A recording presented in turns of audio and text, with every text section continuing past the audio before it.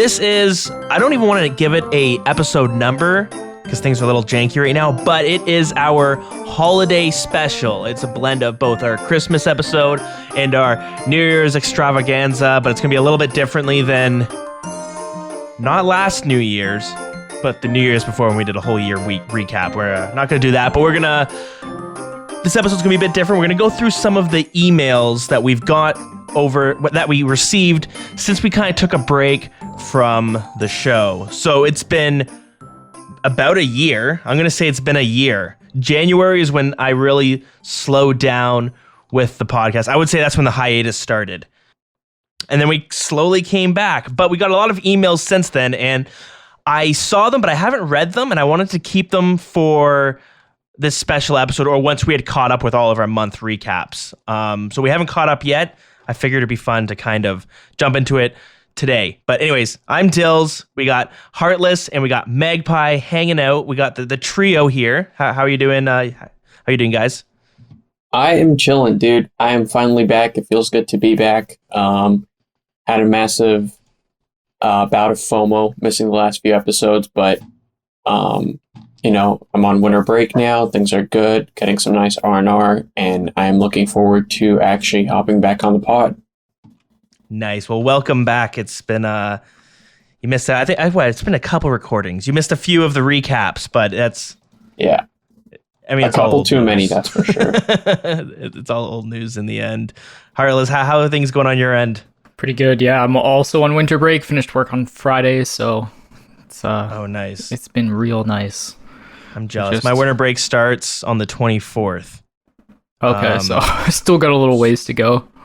Yeah, which might not make sense because this is going to be coming out after Christmas and between New Year's, thus making it the holiday special. But it should be fun. I got my drink handy. There we go. My can of eggnog. Okay, I was just going to ask if it was No, eggnog. it's not. It's a IPA. Are you guys beer nerds? Oh yeah, pale ales. Yeah, I'm with Magpies on that. Pale ale for sure. Okay, so I'm not a beer nerd at all. Is a pale ale an IPA? Or are those like completely different things? Well, yeah, an IPA is an Indian pale ale, so it's a type. I think it's like more hoppy or light, but it's extremely hoppy. So you get that like pure taste of hops in an IPA, and then you get like double IPAs and like extra special bitters and stuff. I know a little bit about beer. My dad used to be really into it, so but yeah, I've always been a dark kind of stout or pale ale kind of guy. I don't like the heavy hops. It's too much for me to have multiple. Interesting. See, I've never really I'll drink beer, but it's not my drink of choice. I actually kind of prefer white wine if it's the right white wine. Now you have to give us your preference though. Oh, I like a crisp, dry white. I think that's the term. I like to pretend to be kind of pretentious about it, but I don't like it when it's too sweet. If it's too sweet, it doesn't taste good. It tastes like bad juice if it's too sugary. But a nice little Pinot. I'll go with that if I can. Yeah, for sure. Pinot Grigio is actually my go-to wine of choice. So that is a white wine classic right there. Yeah, I'll drink any white. I don't care. As long as it's not red, I'll drink it. I can't drink red wine because I'm allergic to it. It makes my gums itch. It's crazy. Oh, really? It's not for me either. It's too strong. Strange. A little tangent right off the beginning, but like, do you know what's crazy about red wine? I could be wrong. Someone told me this, so I don't even know how accurate this is. But I always thought red wine was made with like red grapes, and that's what made it red. Even though red grapes, like they're not, like the juice isn't red, it's still clear. But I just kind of thought that. But it's actually because the skins of the grape sit in the wine longer, which makes it turn red. I did not know that. I hope that's true because I've been telling people that. If you are somehow wrong, I guarantee you someone will correct us. So, let's hope so. But the drink I'm drinking today, it's called Paddle On by the Lake of Bays. My boss actually got me this. It says it's her favorite drink, but it says an easy drinking session IPA that is as smooth as the stroke of a paddle. clean and crisp with citrus hop on the nose, and it's the ultimate refresher at the end of your voyage. And it's partnership with the Algonquin Outfitters. A little free advertising there. Anywho, so that's what we got going on my end. But so we're not going to go over some RuneScape updates, but we'll say that for our regular monthly updates. But what I wanted to know was like, kind of not your RuneScape history, but like we'll start with Magpie. When did you first get into old school RuneScape? Like, do you remember like what era old school RuneScape was in? Like, did you start right when the game launched? So when you say old school RuneScape, you're talking about like the 2013 re-release, or? Yeah, 2013. So I remember playing RS2 when OSRS was announced. And I don't know, it was so weird, like hopping in day one. I remember like the servers could barely take it, but I started on day one and I played for like about a week, but I think the lack of my account's progress, which like at the time I was like super into my RS2 account.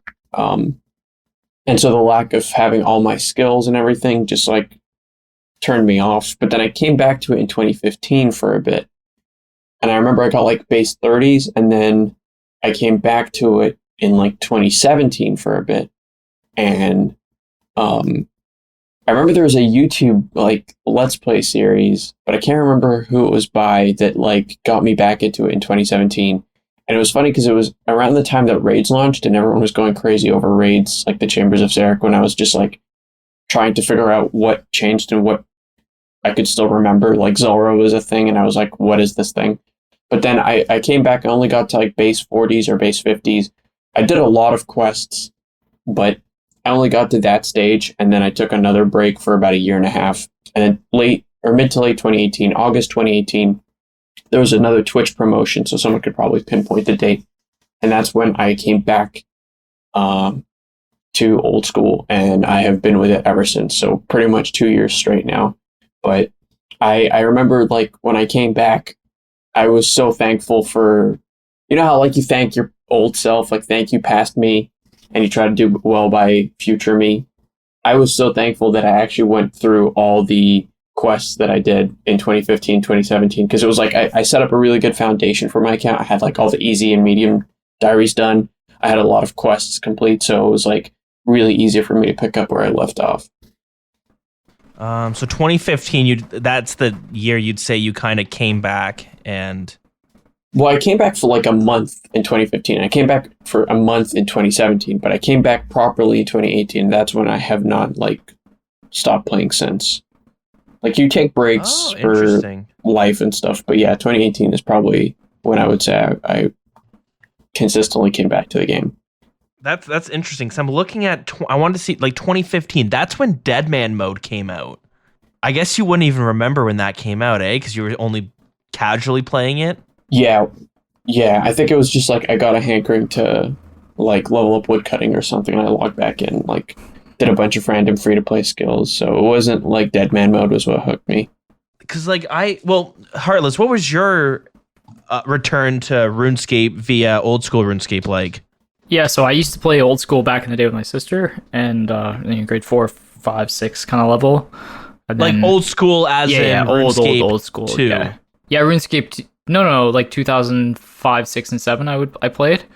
Okay, so I call that RuneScape 2. Yeah, sure, we'll call it RuneScape 2. And then I played for a bit, and then we quit when the wilderness got taken out because we just PK'd. That's all we did, and she never came back. But I would say maybe in high school, grade 11 or 12, I tried again, and Bounty Hunter was in the game, so it would be the early stages of Evolution of Combat, I think. And I'm not 100% sure. I remember not liking it. Like I did a bit of Bounty Hunter, and then I kind of quit. I remember doing farming because it was my kind of first time being a member. I really liked that skill. And then I came back to old school in 2018 of the summer. My sister and her boyfriend both play a lot. They PK'd on Pures, and he has an Iron Man. But anyways, I was like, I'll make an account. And I was on a holiday trip in the Okanagan, and I couldn't play League of Legends on my laptop because the internet was too poor. So I was like, let's. And I like to watch Torvesta videos because I always found him quite enjoyable, even though I didn't play the game. So I just downloaded it and started killing minotaurs. Got my range level to like 30 or 40, became a member, and started to PK, and then I just fell in love with the game again. Then you made an Iron Man, and you switched from one form of degeneracy to another. And then I spent 8 months playing my main, and then 4 raids later made an Iron Man. Oh man, so that's so interesting. It's cool to see that like people don't get back into the game hardcore until like 2018, because that's 4 years into the game's like, well, that's like 5 years into the game being re-released.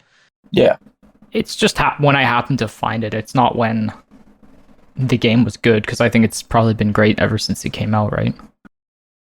For the most part, I know it's been like a roller coaster of things. Like, because I got back into it on like 2013. I still remember I was living at my dad's house still with my brother, Deegan. He randomly called me down, like, come look at like my computer, and he had the poll up being like they want to bring back old school RuneScape, or they want to bring back like old RuneScape, and kind of lost my shit, so I ended up paying membership just to vote, which is, I'm sure that's exactly what Jagex wanted to happen. Anyways, at some point the game actually came out, and I remember kind of similar to with like Magpie, like I jumped in, I started playing like in 2013, but I was like kind of annoyed having to start all over again.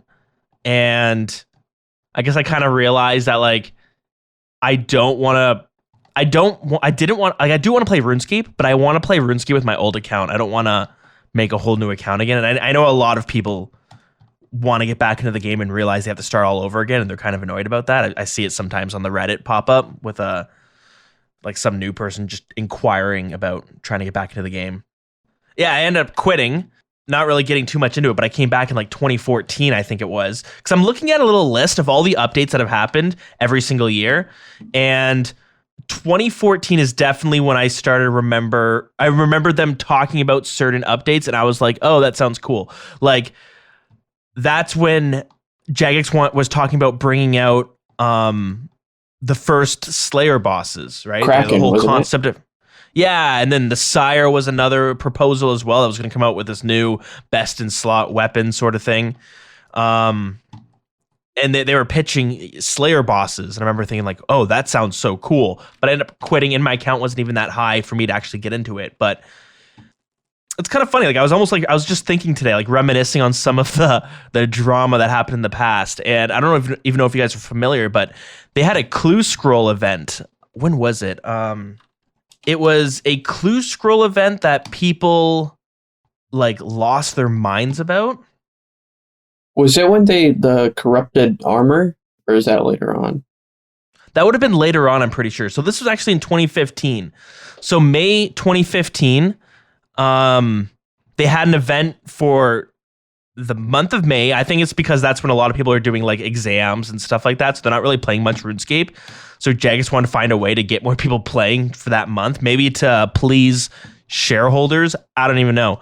But they had it so that you could go and you could buy clue scrolls off an NPC for that month. I think it was once a day you could buy a clue scroll. And like people like lost their mind saying like this is gonna like break the game because so many new items are gonna come in. And I think a bunch did, but the prices didn't actually fluctuate a whole lot. It was a weird event they did, and I'm looking at it now. There was from that one NPC, his name was Big Mo. He gave away almost 90,000 clue scrolls for that month. So when you buy clue scrolls from this guy, I don't have like the wiki up or anything, but would he give you a random clue scroll, or would he give you like a certain, like would he give you mediums only, or would it be that like you could pay extra for an elite clue, for example? I don't think elite clues are even in the game at that point, but you know what I mean? Like, was it the same type of clue every day? It was random, but I remember there was a way to make it lean towards a clue that you kind of wanted. I think you could ask like, I want a hard clue, and then he would like, the percentage of you getting it was a little bit higher than the other ones, but it was still kind of random. And anyways, it was just interesting. That little event that they never brought back again. And even in, I think it was 2013, they had the goblin raids that's where the event RPG was introduced. Is this all new to you guys? Yep, completely new to me. It rings a bell. The Goblin Raid specifically ring a bell. Is that when you had like blue versus orange or two different random goblin colors? So I never played this one. Yeah, it was in 2013 of August. So the goblins would invade a different city. No, that can't be right. Goblins would raid a city, and you would have apparently NPCs to help you defend it. Okay. So sorry, depending on the week, I guess it's the week, they would go to a different city, and that's where the goblin raid would begin. And they were level 50s and level 75s. And you had to kill them to get a cursed goblin staff, a cursed goblin hammer, and a cursed goblin bow to help you fight a boss later on. And it looked like when you defeated the boss, it gave you the Disc of Returning, which was an old discontinued item from RuneScape 3 that's not discontinued now. But I guess that was like a fun way to bring that one back. I remember the controversy about the Disc of Returning. I always consider like 2013, 2014 to be the dark ages of OSRS, because that was when they were really purist about the game and they didn't want to change anything. And then they realized, like, after the novelty wore off, people just stopped being interested in OSRS, and I think they made the right call to basically say, listen, we need more new content in this game. That's the only way we're going to get people back and get people engaging with the game again. And so I think they, like what you're saying with Goblin Raids, it sounds a lot almost like different MMO strategies of like adding in weekly events and stuff. You know what I mean? Like whether you play, like I don't know if Elder Scrolls Online has something like that. Maybe World of Warcraft, maybe Destiny. But like you know how you log on, you do your weeklies or whatever. It sounds very much like they tried to bite that kind of idea first, but hopefully, they learned their lesson for good. It seems like they did. Obviously, it's been like 6 or 7 years, and now they realize that Old School has its own system, and what works for it is going to be very different, and what works for other games will not work for this community and this kind of game. So, yeah, but that being said, they did learn to evolve, and you need to be able to adapt and evolve, or else you're just going to fall behind. So, I'm super glad the content that's been coming out has been, for the most part, really good the last few years. No complaints, and especially if you take a step back and look, I like it all. Yeah, do you think it's heading in a good direction, at least for your playstyle? Because that's the thing, like, every person's going to have a different opinion. I see some people who lose their minds when it comes to, like, adding new bosses and adding, like, the monster achievement, I forget what you call it, but the combat the achievements, yeah. The combat achievements, and people are, like, losing their mind because they're like, I only like to skill. I think Combat Achievement Diary, if it turns out the way it's being proposed right now, is going to be one of the sweetest things they've ever added to the game, because especially when you get into the later stages of the game, not even when you're super rich, but just later into the game, running out of goals is what burns you out and makes you not enjoy the game anymore. And there already exists skilling goals, which are the achievement diaries. So why not give people that really like PVM or want to get into PVM an incentive to do it, or something to work towards? Which is why I think the Combat Achievement Diaries is just going to be really unbelievable for the game. Okay, I'm going to sound like a broken record with this. I'm sure I've like made this argument a bunch before.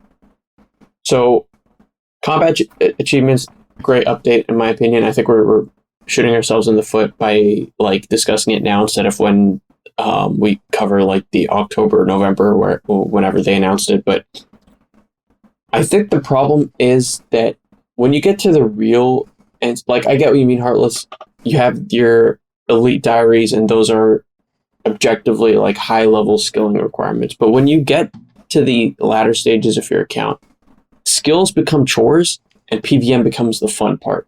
And like almost everyone I've talked to, maybe it's because I don't talk to enough skillers, but everyone does skills and looks at them as chores to get to another destination, which is the more fun content. And I don't think I've said this before. I've said this like 100 times before, but there needs to be more endgame skilling content, which is not necessarily just clicking the same thing over and over and over again to get a new level. We talked about this a few weeks back. I remember how we said like the difference in skilling versus PVM is PVM, you just grind until you get a drop, and the dopamine you get is way higher. That like rush of happiness from getting a drop. I think it was when Heartless got his Dragon Warhammer, versus like when you get a skill, it's almost like you're scheduling out a work session where it's like, I have to do 60 minutes of agility a day so we can, get this goal, unlock like Arduino elites or whatever you need agility for.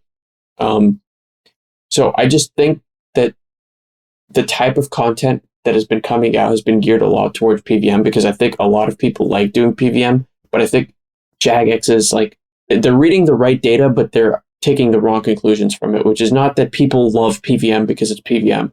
They love PVM because it's the most engaging content in the game. Does that make sense? I agree with you, but I would also argue that they have nodded towards late game skills by adding the Sepulcher, which was a fantastic update. True. Yes, that is a good point. It's a very close thing to what you're mentioning, which is a fun end game piece of content. However, the problem with the Sepulcher, one of the only problems, is that in order to get to it and to make decent money, you have to get at least 82 agility, which in and of itself is something that not a lot of players are willing to do. Whereas getting to, let's say, when does Slayer become fun? Like 70, I would say. 75 when you unlock Gargoyles, or 80 Necreals. That's when it becomes fast, but it's hard to say. But actually getting Slayer levels is quite fun, and it's engaging because you're not just clicking rooftops, you're killing different monsters, and if you get a Zami task early, you could be like 65 Slayer, but maybe you could be like, hey guys, could you come help me out with this task? There are options. Whereas getting to the Sepulcher, there are not many options. But I think that's inherently going to be the problem with skilling, is that you can add cool endgame bosses, but it's not going to be fun unless they're scalable and actually profitable. Yeah. So I think Sepulcher kind of hit the nail on the head. It's essentially perfect, but its shortcomings aren't with the Sepulcher, it's with agility itself. That's true, because like the agility grind, and almost everyone's going to go through it when they're getting their graceful, and it's like, I remember doing it, and I got at like level 74. I got my full graceful, and I remember like kind of hating it. I remember like it really. You could probably go back and listen. I was probably bitching about it every episode. Yeah, you probably were, and I understand. I didn't like getting graceful, but Magpies is right. Like late game skills are a chore to stop you from doing PVM, which is why I'm sure we do our Iron Man episode. The more high level skills you can get early, the better, because late game you just want to be raiding, or you just want to be doing things where you can be getting upgrades. You don't want to be, and the same thing goes for a main. You don't really want to be skilling. You want to be out there making money with your friends, right? So I'll go back to the original question. Do you guys like the direction Jagex has taken old school RuneScape in the past? Maybe we can not count this year because it's been kind of a weird year, but like the past, let's say 2-3 years, since like basically 2018 when you guys really got into it. Could we rate it out of like 10 maybe? Sure. That works. 10 being like the direction they're taking the game is like, I could not have thought that they would have made like the direction this. Yeah. They would have pointed RuneScape in such a good direction. Yeah. And one is like, we're going to close the servers down tomorrow because it's headed. And we're going to add MTX and not listen to our community. Yeah. I would give it like a 7.5 to an 8, probably. They've done a good job. And I'm not like a video game reviewer where I give an 8 to like an average game. Like my scale is 5 is average, 6 is decent, 7 is good, 8 is great. So they've done like a good to great job. It's just that there's so much of the map, and I've said this again, sound like a broken record. There's so much of the map that is absolutely dead content. And I like how they've been filling in different parts of the map with new content, like Mauritania, they added. First in 2018, if you want to go back that far, Theater of Blood, they added a new city, they added a bunch of new quests, they expanded a quest line, which takes us into Sins of the Father this year, and Mire Ditch itself, Sleep, the Nightmare Boss, boom, they fleshed that part of the game out. Yeah, Mauritania's full now, for sure. With that said, arguably it took a very, very, very, very, very successful YouTube series for them to actually, again, conspiracy hat time, maybe this is true, but maybe Settled was the one who like inspired them and incentivized them to add so much content to Mauritania. Well, they not the Theater of Blood, because that was already in the game when he started Swampletics, but definitely adding Nightmare is something I would believe. Yeah. I mean, I think they always had a plan, like it's on the list. Okay, guys, we can do these maybe 5 or 6 updates. What are we going to pick next? And they're like, oh, well, Settled is popular right now. Sleep we were always thinking about putting a boss in there and a quest. Why don't we do this? Why don't we just push that to the forefront? I 100% think that's what happened. I agree with you, Magpies. Yeah. I just don't know why there's a massive black square where the desert should be filled out, and we should definitely fill that in with I know RuneScape 3 unlocked an entire new endgame city. I don't think we need to go in that direction necessarily with Menaphos, but fill out the black parts of the map, please. It's so... I'm almost 100% sure that Menaphos will be coming as the next big update, along with Raids 3. And I know the community thinks that is the case, but if I could just give my rating now, I think I agree with you, a 7.5 or an 8. And I think one of the great things Jagex has done recently is actually listen to what the players want and give it to them, for the most part. The reason why it's not higher than that is because how long the clan system is taking to be reworked. Oh, I know. Or else, and I think I'm gonna give them the benefit of the doubt and say that's probably a lot of busy work that they have to do on their end. But the sooner that's into the game, the better I think all of us will be. Because at the end of the day, especially when you get to late game content, this game is about, spending time with friends as much as you can. Yeah, it's not about the levels you gain, it's about the friends you make along the way or something like that. Yeah, something like that. Yeah. You said two points there, Heartless. And the first one made me go, yeah, actually, they've done a better job than I thought they did, and think about upping my score even higher. And then you said the clan system, and I went right back down to 7.5, 8. Yeah, and I think that's exactly why my rating is right there. What I realized is maybe they don't want to edit the content that's in the game. First of all, there's an inherent issue with anytime you want to change any of the content that's already been established. The people who've done the content before are going to complain. If it's improved, they're going to complain. If it's worse, the people that haven't done it yet are going to complain that they didn't get a chance to do it when it was better. Case in point, Fishing Trawler, one of the most ass pieces of content in the game. If they update it and make it more fun versus what they're doing now where they're just fixing it and making it not broken, you bet your ass I'm going to complain and be like, Jagex, what took you so long? Because I had to get my stupid angler's outfit when it was literally mind-numbingly boring and super frustrating to get. So I think that's why they don't update all the dead content in the game as much, but I like the direction they're taking with Fishing Trawler for sure. I agree with you, but I give them another pass on this, not updating old content for this reason. Let's say they don't have a huge team of people, and it's grown in the last couple of years, but let's say a few years ago, there was really not that many devs that worked on Old School.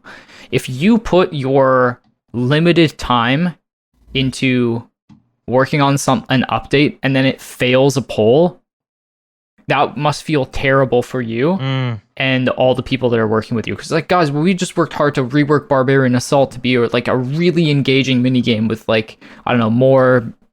more fun. Let's make Barbarian Assault more fun or something like that. And then it fails. It's much more likely that a rework fails than a new piece of content coming out fails, in my opinion.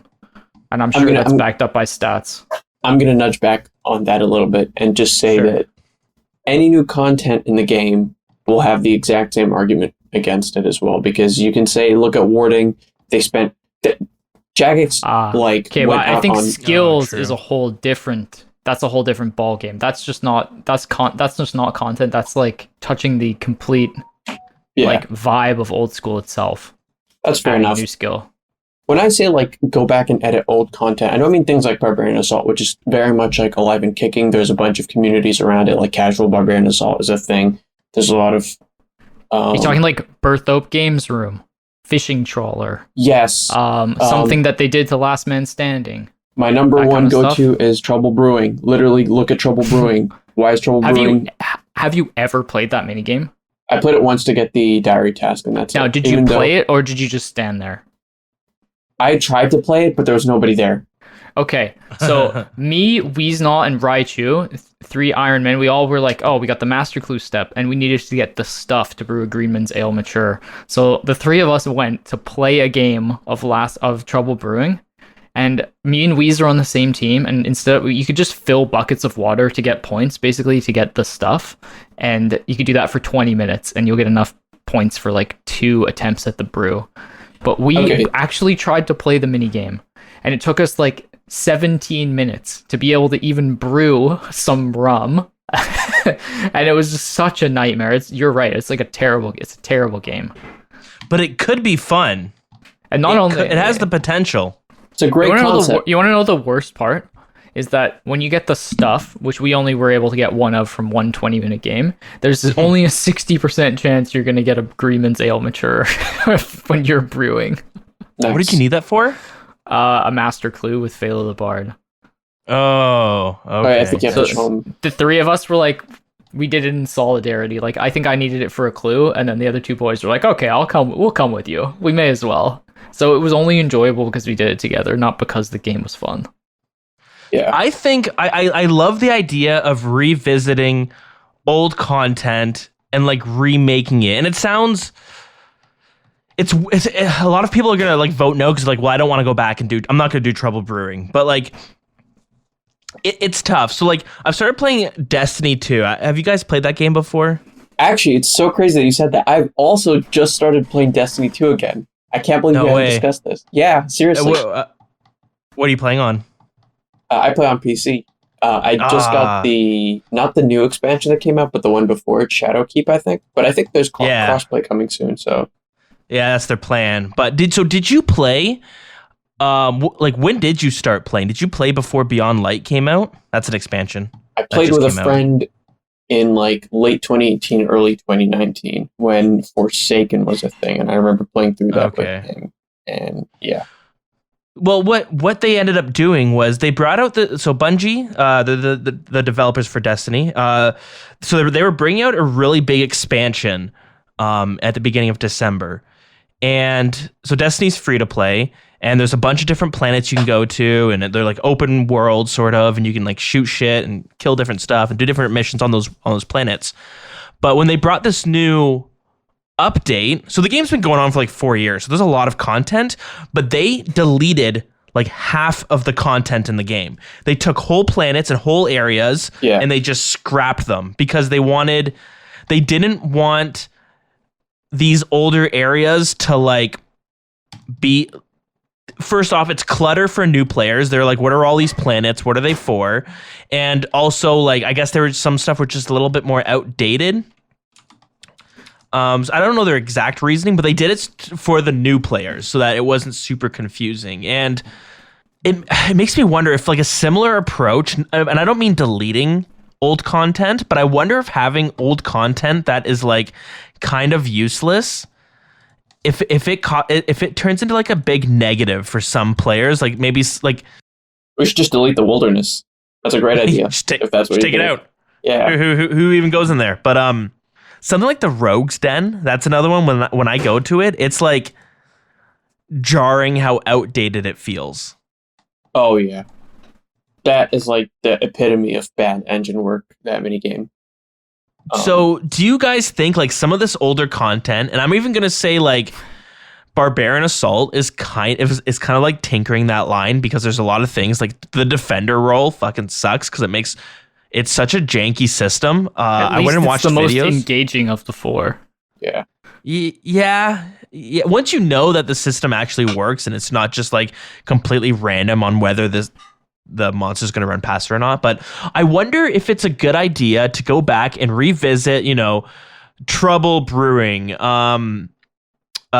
Fishing Trawler, the Rogue's Den, and kind of revamping it if there's any point to it. Because like with Destiny, it made sense to scrap a bunch of the older content, because when you load up the game, you see a menu and you click on a planet to go to. For a new player, it's going to get confusing when there's a dozen planets and you're like, I don't know what the difference is and why I should go to this one over this one. RuneScape's a bit different because people are going to stumble across those mini games and like the older content. They're going to stumble across it kind of organically. At least that's the idea. But I think that there's also a thing to remember if we look at old content, especially if you're talking about skilling. Magpie says the skills feel like a chore, and that's true because you're trying to get to a specific level and it's going to take X amount of hours. I think the player base, now that we're all older, is so in tune and so addicted to being efficient that no matter what content is available, we're always only going to do the best available method. Yeah. For the most part of the player base. Like, let's say there was let's say the Sepulcher at my level was 40k an hour, just for example, and rooftops are 60k, which is what they are roughly. I would straight up do rooftops, even though it's a more boring thing. Even though I'm not going to get any like rewards from it. I would rather get to my, let's say, 90 agility quick, or 85 so I could boost for the arty hards quicker than doing the Sepulcher. So I would just do the more efficient method. Mm-hmm. And I think the majority of the player base would do that as well. Jagex has tried to like tinker around that in a bunch of different ways. And I've noticed like they've had like two main approaches for the most part. Number one is actually like have hybrid experience methods. And they did this mostly in like 2017, 2018. When Fossil Island came out, they had the like pearls fishing method for agility, which gave you like combined agility and thieving experience. They had blood rune crafting, which yes is like an AFK alternative, which is the second approach, but also it's like a hybrid way to train mining and crafting. Like, it gives you some decent experience there. So what they try to do, instead of giving you the best experience rates for that specific skill, they try to incentivize you by giving you experience for different skills as well. Best EHP available. So, like, drift net fishing as well is the best. Like, I'm pretty sure my friend was telling me it's, like, best EHP in the game because you're getting high-level hunter experience rates and high-level fishing experience rates. Yeah, that was the other one I was going to go for. Isn't there, like, the new mulch pearl, like, aerial fishing? Doesn't that give you fishing and hunter experience as well, or something? Fishing and hunter, yeah. Yeah, so I think that's like one of the ways they're trying to rework the skilling methods to be more versatile, but at the end of the day, like, it's not addressing the issue, which is I don't even think they need more skills that are like more skilling methods that are the best experience per hour or that incentivize people. I don't think we need new skilling methods. We just need new things to do with those skills. Yeah, so I think Fossil Island is one of... I wasn't here when it came out, but I think Fossil Island is one of my favorite areas in the entire game. I mean, it's definitely Iron Man specific, but basically every single piece of content on that island is useful for me. And I've used it in some way and enjoyed most of it. Yeah, it's pretty slept on. Being underwater, being underwater is cool. Drift net fishing is incredible XP per hour. The agility courses I've heard is actually quite good too. So all the underwater content and the crafting as well is great. Yep. Killing ammonite crabs is really fun. Volcanic mine is possibly one of the best methods for mining late game. Birdhouses are another cool daily that give you passive hunter XP, a skill that a lot of people don't really like. Soliceps, best woodcutting method until you're level 90. I did Soliceps so I could boost for redwoods. Did like 20 hours of them. It was not so bad. I kind of enjoyed it. Basically, herbivore, one of the most fun methods of hunter out there that has a pet along with it too. Yeah. The entire island is, I'm sure, and there's quests tied in with it too, like Dragon Slayer 2, and you got to do the puzzle in the little house, and you've got the cool mushroom teleports. The whole vibe of Fossil Island is sweet.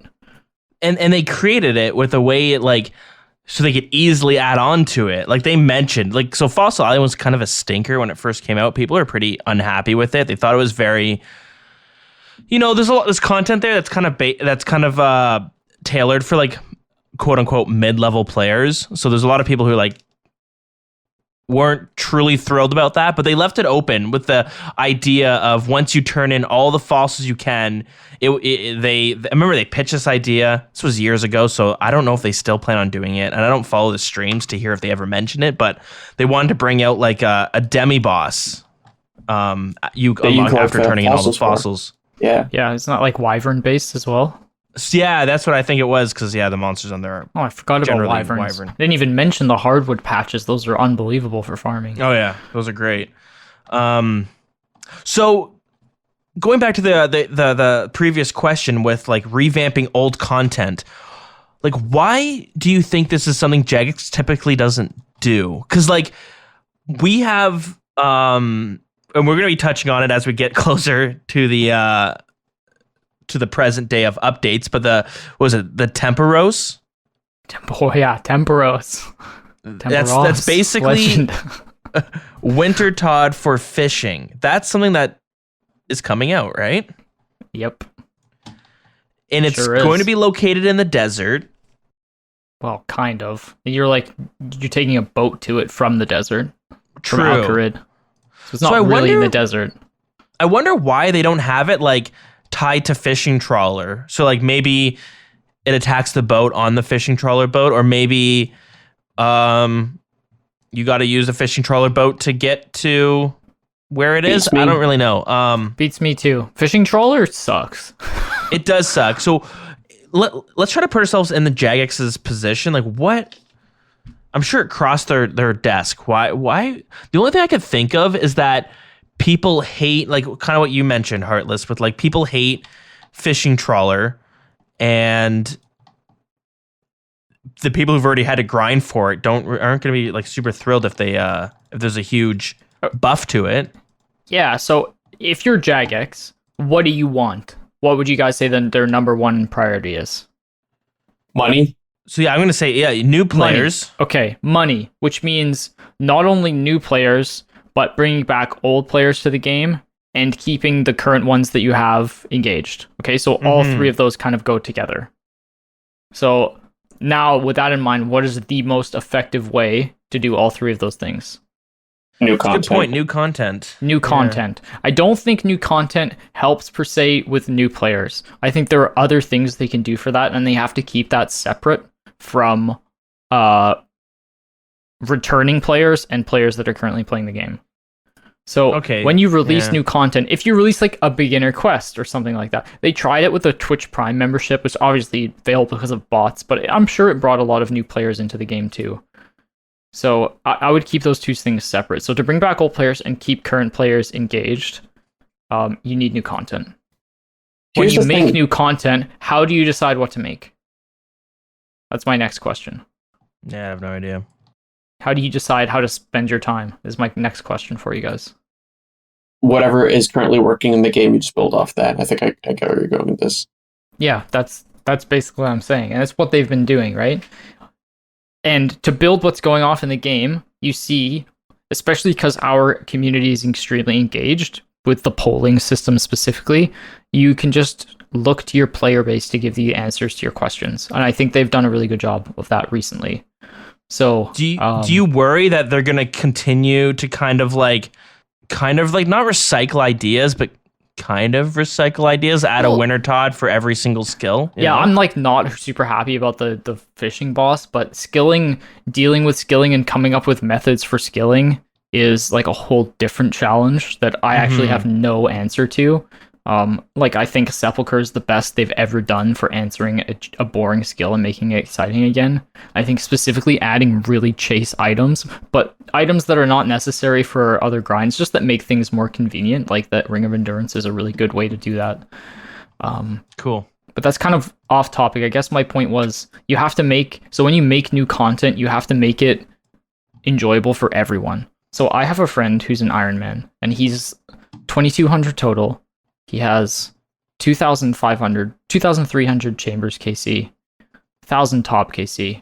All right, he's like top 0.1% players, I would say. He's up there with Magpies. All right, so this is like an end game player.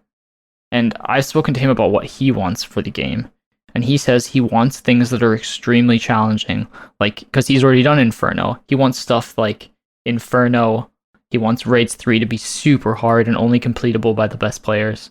But my rebuttal to him was, well, I understand that's what you want, and like the high late end game community wants. But I said, what about players like me, who are, let's say, late game or pretty good Chambers raiders or getting into top kind of level? That content isn't accessible to me, so it will just turn me away from the game. So you need content that is, I think Chambers of Xeric is perfect. It's accessible by many players, their requirements are fairly low, and it's good kind of entry game, late game content. There's also challenge mode, which makes it harder and specifically with the dust and twisted kits that you can like, basically pimp out your gear. It gives it sort of a flex and a niche that's chase for those end game players. So it kind of balances the two. So overall, most people can do it and get excited about it. There's new items, there's new bosses to kill. And the endgame players are like, oh hell yeah, I can go and get my dust and flex my pet and do stuff like that and get my twisted kits to make my ancestral look cool. So everyone is happy in that scenario, and I think that's what they're going to do with Raids 3. I was going to say, first of all, before I get into a quick disclaimer, I don't think of myself as a 0.1% player. Those are Carlos's opinions and his alone. But moving on from that quick tangent. I'm just going to stop. Okay. Just a quick disclaimer in case people get the wrong idea of me. But so you were talking about like how you don't know how Jagex like can improve on skilling methods. And it goes back to something I said probably exactly 35 minutes ago, which is that they are looking at the data that you said helps them decide what they should add to the game to keep new players, to keep current players and bring back old players. But I think they're misreading the data because they're seeing that people like PVM and they're not understanding that the reason why people like PVM isn't because you're clicking bosses. It's because it's an engaging gameplay mechanic. So instead of adding new skilling methods, why don't they just add new things to do with the skills? And I know that sounds abstract, so I'll like specify what I'm talking about. When you train combat, the act of training combat is not your end goal. You train combat so you can access fun content that those skills let you do. But when you train skills, the actual act of training skills and getting the levels is your end goal. There's nothing to take beyond 99 thieving. Like once you get 99 thieving, absolutely, yep. You see what I mean? So it's like, yeah, absolutely. So my Sepulchre argument is going against me there, where you say you grind agility just like you would grind Ammonite Crabs or Nightmare Zone to be able to get to something like raids. Yeah, exactly.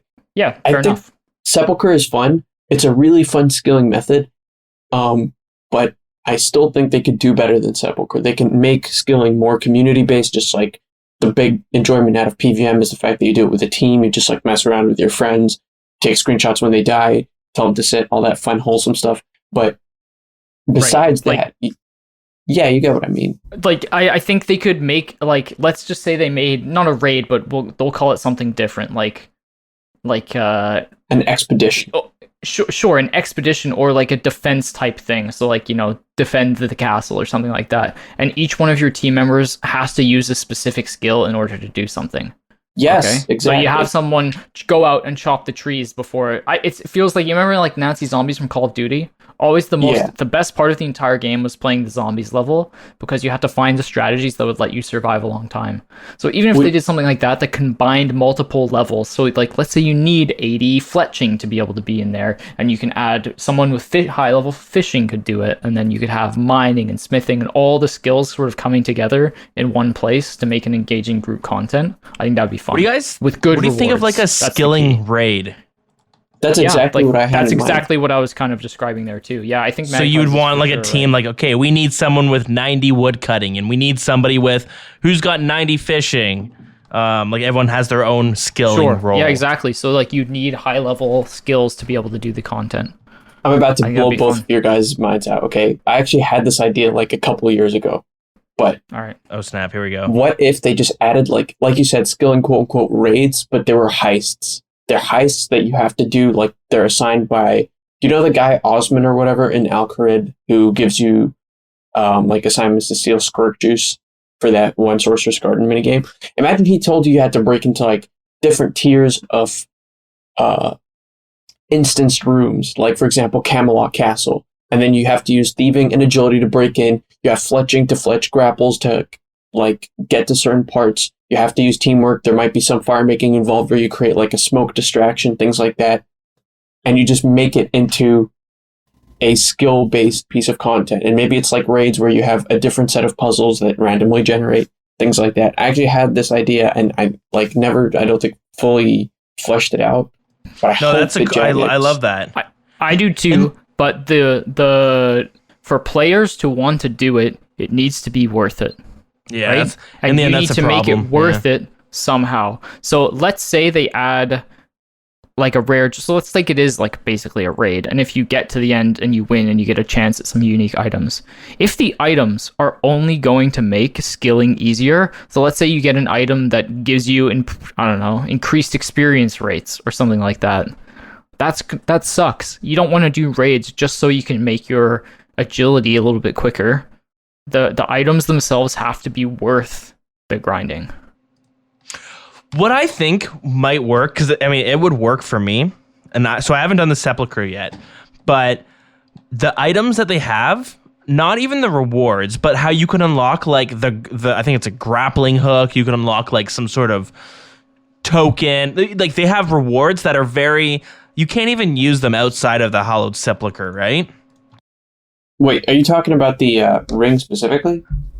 Not I know there's 2 rings. There's the one that you could, ring of endurance. Talking about, yeah. Then there's another one, whatever. Yeah, that helps you with the Sepulchre. Yeah, helps you not take as much damage, or I can't even remember what it does. But anyways, you unlock items that make the Sepulchre a little bit easier, but you can't use these items outside of it. I think you could do that for a mini game or like some sort of the heist you were talking about, where you can unlock items that make heists a little bit easier, possibly. Right, but then what's the end goal of that? So, like, let's say the raid itself will just increase your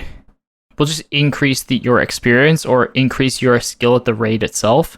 There doesn't seem to be like a point for me. Like, I wouldn't do the content unless there was something I wanted from it, or something, it was worth it. Maybe it could be like the best experience per hour. It's really hard, very engaging. You need multiple people to do that. And maybe like you don't even get to choose what skill gets the experience. It's randomly selected depending on what skill you're using for that heist. Yeah. I was also thinking that this is kind of out there, but I was thinking about prayer recently and how like we have a lot of prayers, but when you get to the end game, you really only use the protection prayers and then the offensive prayers. So you really only use 6 of them. I was thinking that there could be maybe like a prayer spellbook swap in a way. So, like curses. instead you could align, because prayer, you could say it's aligned with like Saradomin, but let's say you align your prayer with Zamorak, and now you have access to a whole bunch of different prayers that do different things. I think that could be a really cool direction to explore, because that's something that prayer is just kind of quite boring in a sense. Yeah. It's a cool idea to bring out like curses or something like that, because I know RuneScape 3 has that. They're doing that with Magic right now. So, what do you mean? But they're updating the Arceus spellbook. Oh, right. I see what you're saying. Yeah. But like I do think that there's room for another prayer book that's like, if you could have it Zamorak, and you could have it like every prayer has a big trade-off, right? Like, so it's like curses. I can't remember if this is how that was back then, but I know it was kind of controversial because some like Soul Split, there was like some curses that were really powerful. Yeah, I was thinking something like if you trade off, so now you no longer can access overhead prayers, but you have access to a bunch of powerful, even PVM prayers to a sense. So you could have stuff like I don't know, like a crazy healing effect. So basically an amplified version of the Blood Shard. That would be kind of cool. It's interesting. Obviously, Danger is all like tough to balance, and you'd have to think of things that are actually useful for people. But I don't know, it could be cool. You could also add like other skilling, because I think Preserve is a really cool prayer that you get from Chambers of Xeric, so it makes boosts last 30 seconds longer. So you could have a prayer like while it's active, your boosts do not drop. Yeah, So that's something that makes you like even run faster, maybe in non-instanced areas. Nice. Changes the game mechanics completely. Yeah, or what about a prayer like you're not allowed access to overheads, but it increases the attack speed of certain weapons? What maybe underused weapons? Interesting. Yeah, I don't know. There's just like a lot of possibilities. It's a lot of room, and I mean, it probably I'd love to see. Yeah, I'd love to see where they were willing to experiment, like where they're willing to take a risk, in the sense that they plan, like warding, right? They planned so much around that, and then it never passed, like 20 different polls. But what did you guys vote on warding? I think I voted. I don't. If I did vote it, I voted yes. I would have, at least, because I thought it was This is a personal interest- attack on my polling privacy. Guys, what did you vote? I voted yes to warding, but on the same, like, on the other hand, I recognized a lot of other people's issues with warding, which came down to we don't need another AFK Bible in the game, Yeah. and I saw the merits of their argument.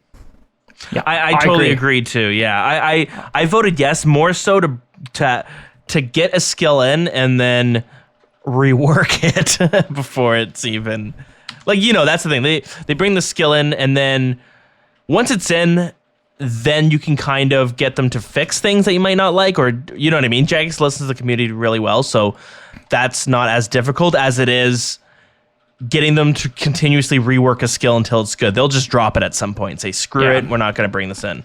The problem with skilling at this point is like we said, like it's basically a chore. Yeah. But we hate specific skills, not because they're necessarily boring to train, it's because they are slow as hell. People don't like rune crafting or agility or mining because they're extremely slow skills to train. The XP rates are brutal, and to get to the high levels, it takes a long time. People don't hate training prayer or fire making to an extent, or cooking, or what else is there, fletching, because these skills are quick and you can just blast through them and get to the levels that you want to get to quickly. And I think we can't change the XP rates anymore. We can make them a little bit better, but we can't change them because that will devalue what people have already done. If they just released a piece of content that had 120k agility XP per hour, everyone that already has high agility would be upset and feel like they've wasted their time. Similar to if they made like double pet drop weekend or something like that. Oh, People yeah. that had pets would feel terrible. It's the same thing. Or you wouldn't grind pets until a double pet drop came out. Yeah, exactly. So that the skills that suck or that we think are terrible, like the agilities and the rune crafting, you need to make it more engaging somehow. And I think maybe combining the bad ones together in some kind of group content would be fun. But then again, you have to talk about, rewards and making it worth it. Yeah, so that's I'm sure that's the direction they're going to be taking it. But this is a great segue to kind of take a look at our first email. So let's move into the emails. We'll bounce back between emails and tangents because that's what we do. But we're going to look at this email from it's an entire year ago, almost to the day. Wow. God, we're terrible at podcasting. And I say we collectively. It's basically me, but like, whatever. You guys are getting dragged into this one. So the first email is coming from Maticos1, December 21st, 2019. Dills, Magpie, Heartless, you're being added into here. He says, the skill competition was a total blast. I had a great time thinking about and writing the scribe skill over about a month. The other skills, my favorite being essence crafting, of course, were all extremely well thought out, and hearing your guys' thoughts on what was interesting and entertaining. I wanted to add a few more ideas for bonus episodes along this lines. So having a competition, let me first give some context. If maybe you're a new listener and you haven't listened to that little bonus episode that came out at some point, we had this was myself and Deegan. We held a competition for people to create their own skill, their own ideas for a skill. Warding didn't pass, so we wanted to see, what ideas could the community come out with, and there was a ton of like amazing ideas. So there's a bonus episode back there where we go and read through every idea and we give our thoughts on it. But there's a whole ton of them. So, in a similar competition, but instead of doing different skills, how about the idea of doing different mini games, maybe a new quest, or an existing skill update? So expanding on what we currently have.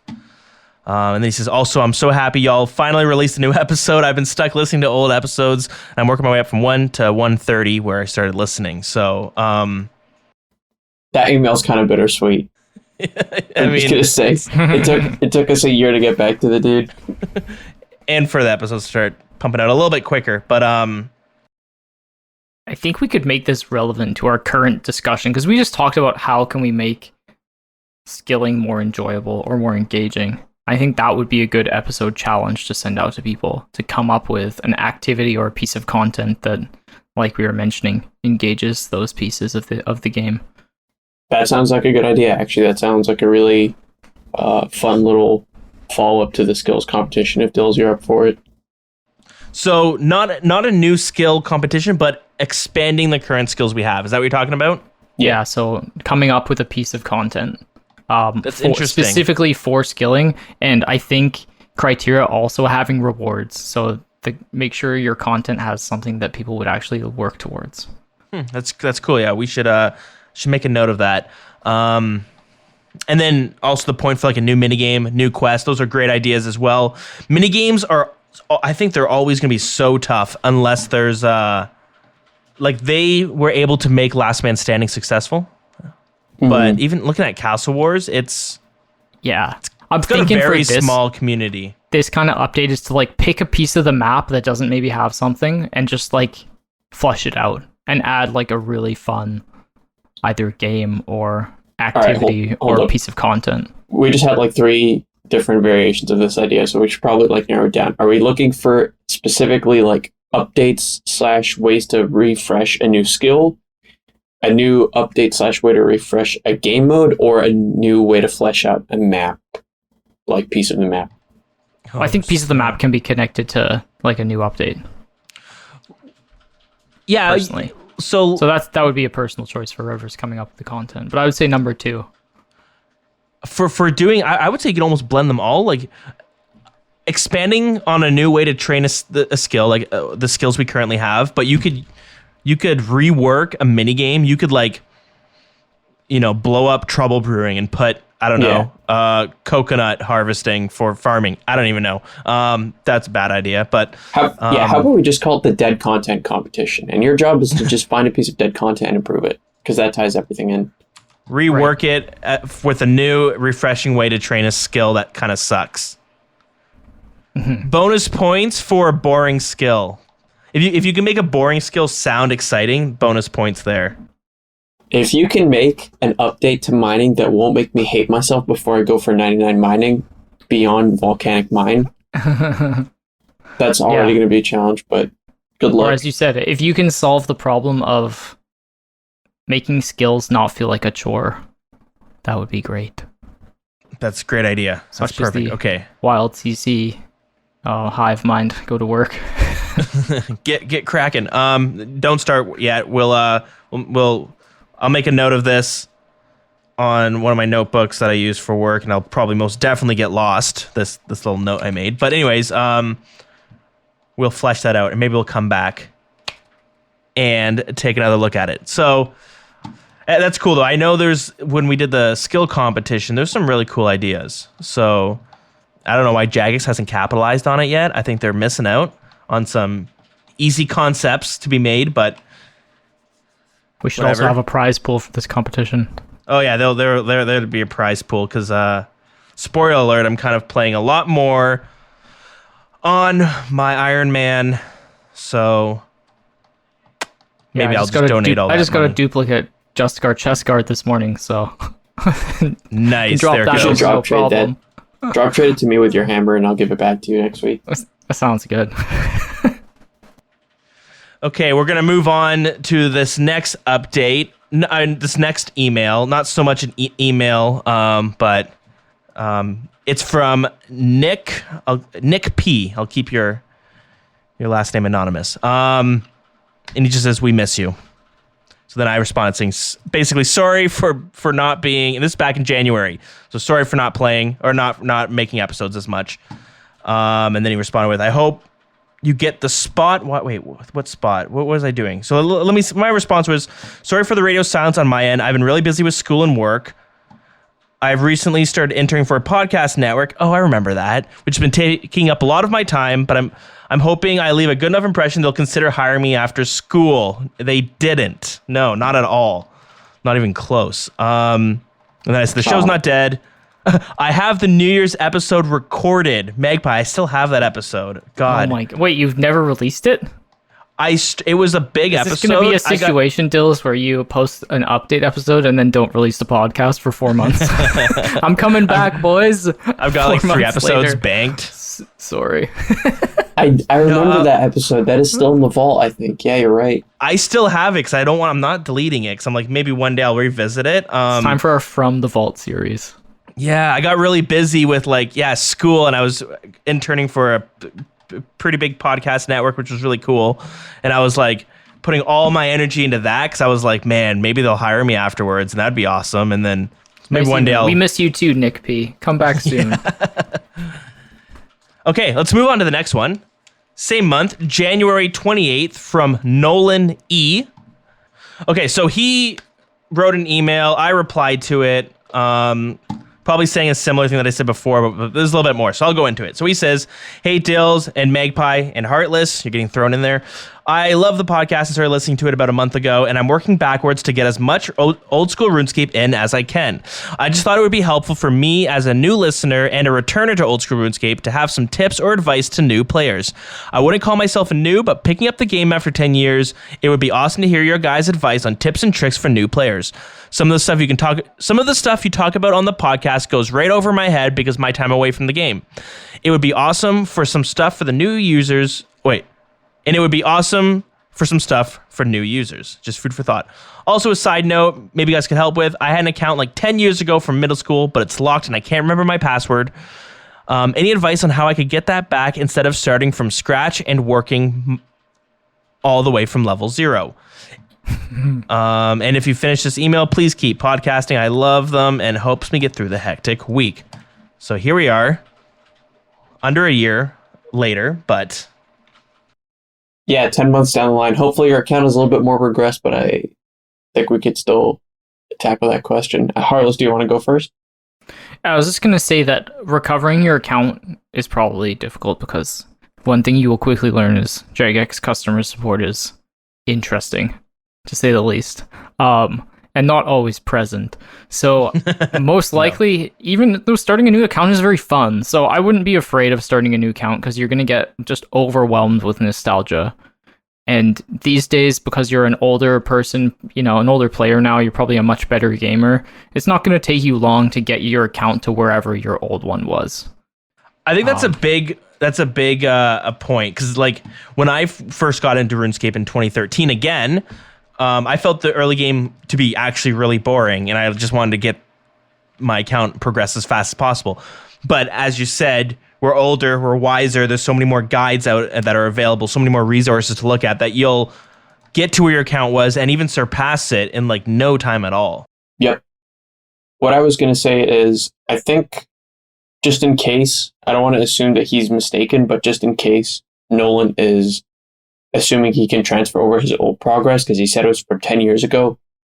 The bad news is the account that you had 10 years ago will still have only level 1 skills because old school RuneScape, you start over from scratch completely.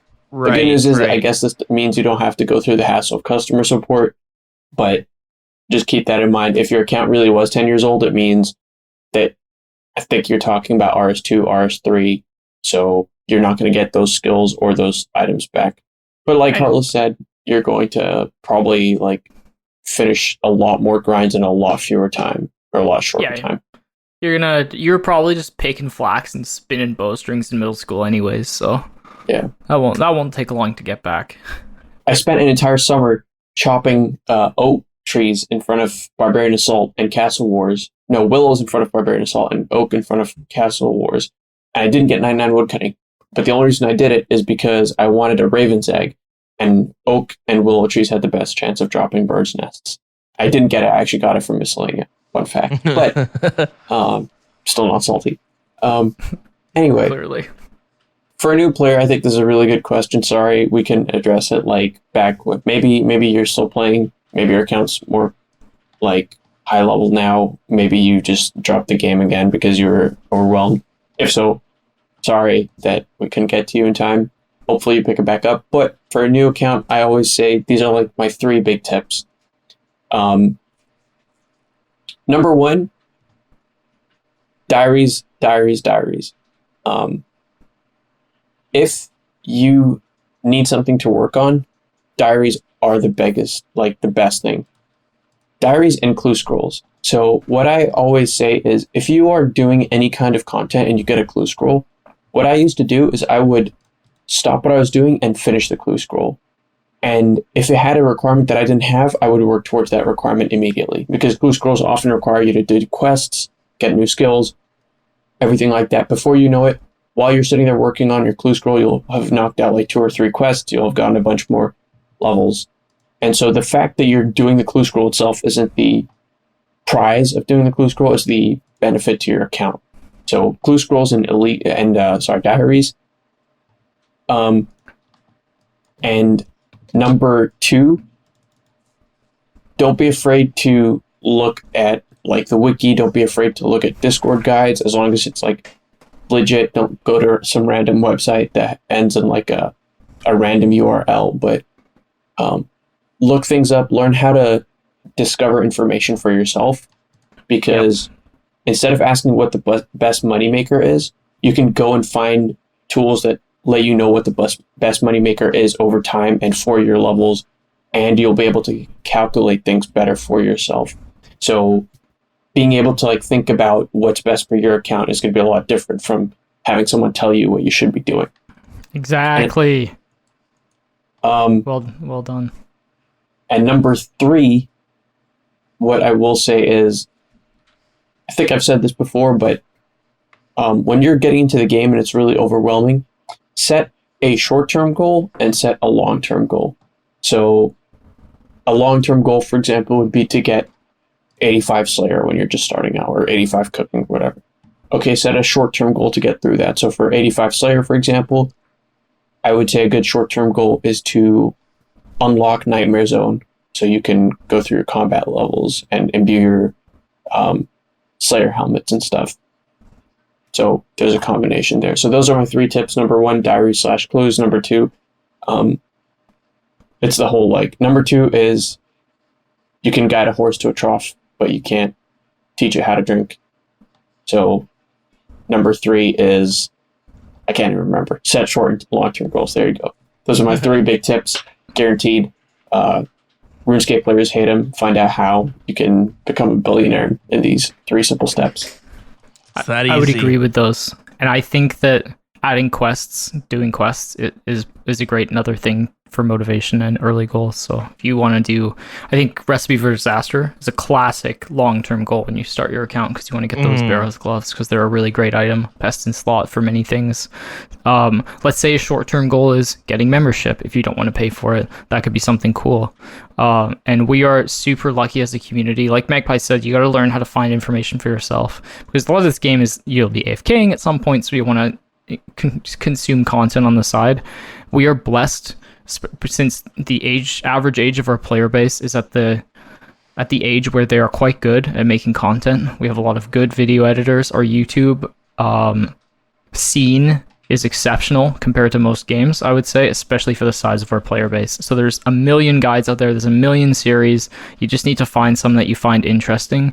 I think a great thing for new players is like a bunch of YouTubers do like from scratch series, so they start as a level 3 and then they work their way out towards a goal. So I know Rixie has one where he starts from level 3 and his goal is to get 1 billion GP. Okay, and he doesn't buy bonds or anything. He starts in free to play, and it's just a really fun series. If you can get past his thick British accent, then he's pretty enjoyable. And he only does PVM. He has like a bunch of 1 skills for the longest time, so he's definitely got a specific play style. But that's cool, and that's what he likes to do.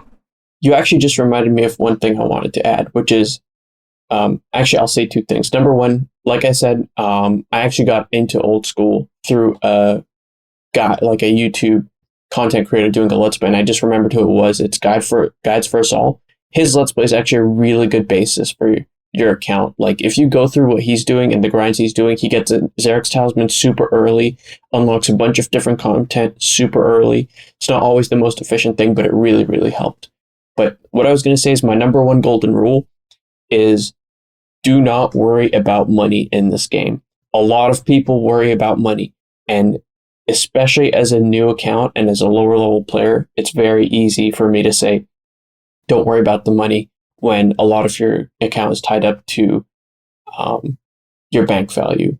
But the absolute worst thing you can do for your progression is to focus on how much money you have and what you can and can't afford. Focus on your skills and your diaries because number one, skills matter way more than money. A minimum setup at 99, like magic or range or strength or whatever, is going to be way better than having max gear at 90s in those stats, with some exceptions. Maybe like if you're talking about really, really powerful weapons. But other than that, Bandos chestplate doesn't matter. Zenites don't matter as much as you think they do. No, just use a glory to 85 Slayer. It doesn't really matter at all. Yeah. Don't worry about making money, and don't waste your time early on in the game making bad amounts of money so you can like fund your account. So don't sit there making cannonballs. Your objective should be to get the levels you need to actually, if you do want to make money, instead of spending 20 hours making cannonballs for 4 mil, spend 10 hours getting your account raids ready and then spend 5 hours making 5 mil. And next thing you know, your account has progressed way more and you've gotten more money in less time.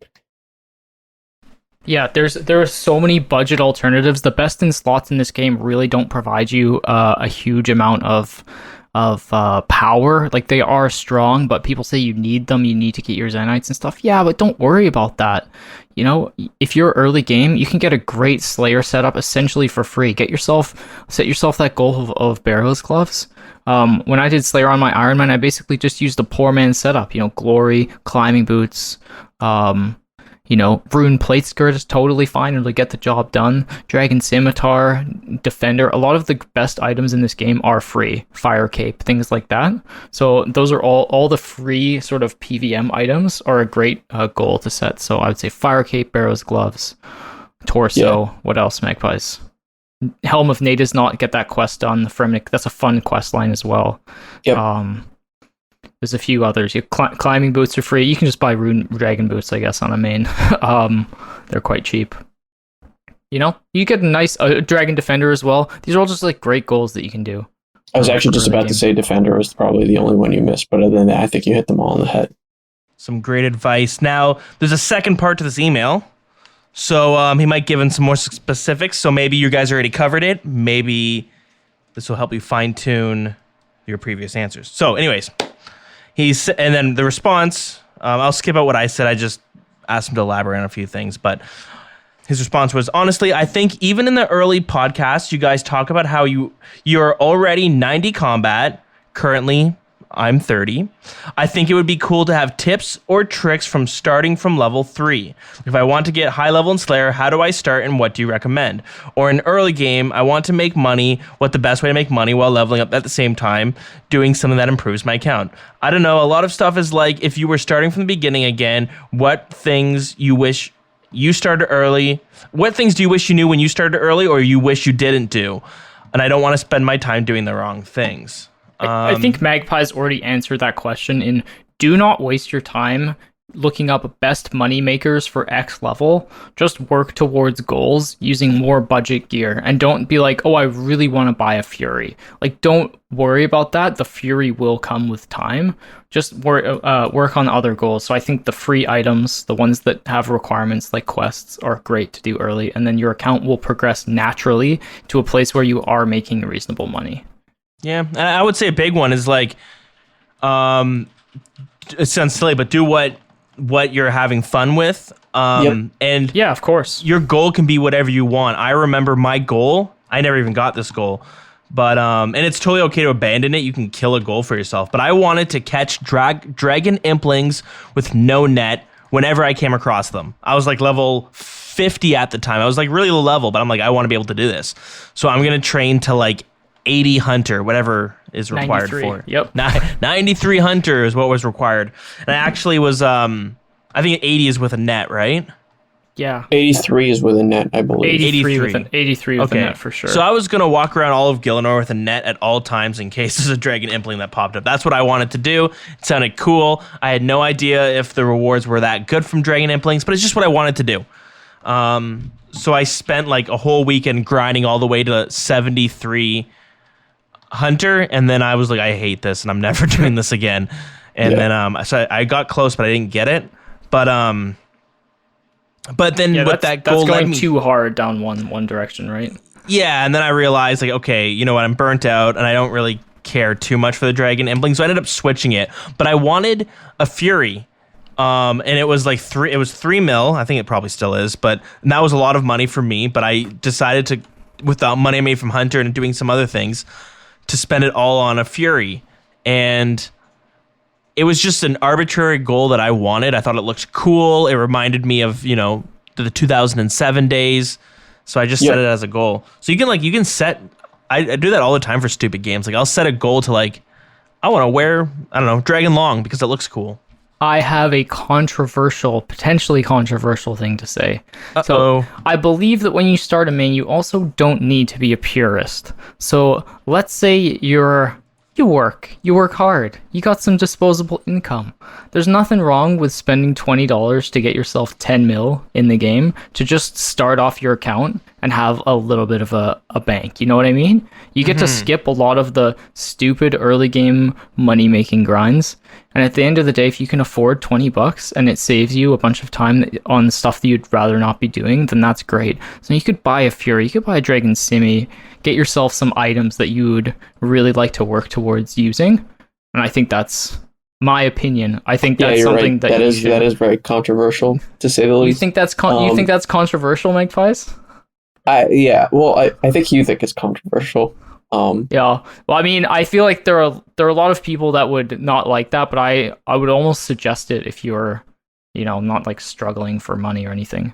I think depending on who it is, it's a good idea or it could be a bad idea. Like that depends on your personality, right? Like if you're someone that's going to enjoy making the money and working literally from scratch, then by all means, that's what's going to make you love the game. But if you're someone that's going to hate doing money makers and grinding like that, then I think you don't have to feel guilted or feel bad about spending a few dollars on bonds to get some items that you think are cool. I disagree for 2 reasons. Number one, I think there's no easier way to kill your enjoyment of a game than unlocking the shortcut. Because if you do that, then every time you have a tough grind ahead of you, you're just going to default back to the mindset of, oh, why don't I just I did it to start my account, right? Maybe I can help boost through a third party resource. I see your point for sure. Number 2, I think it depends on who. Oh, sorry. Go on, Mike. Hi. I was just gonna say number 2. I think it's totally unnecessary for a new account. If you were to ask me, based on Nolan's email, what he was asking for to get to 80 Slayer or something, you don't need 10 mil. My advice would have just been to give him specific advice. I would have said, go do Waterfall Quest.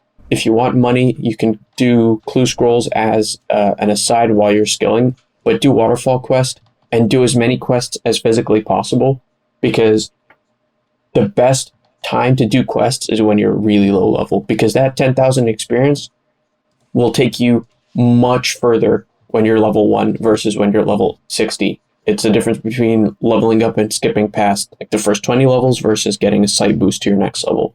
So do quests ASAP, do Waterfall Quest, unlock a bunch of Nightmare Zone bosses. If you want the quote-unquote fastest way to get into Slayer, you just do Nightmare Zone until you have base 60s in your combats or whatever. And I agree. I think my point was just that you don't have to feel bad if that's what you want to do. Yeah. I'm not talking about from scratch, but let's say you've enjoyed the game, but you're like, man, I don't really want to telegrab wines. I just want to be able to buy some gear. And you decide to buy a couple bonds and buy yourself a Berserker ring and a Fury and a little bit of gear. You don't have to feel bad about that. That's all I'm saying.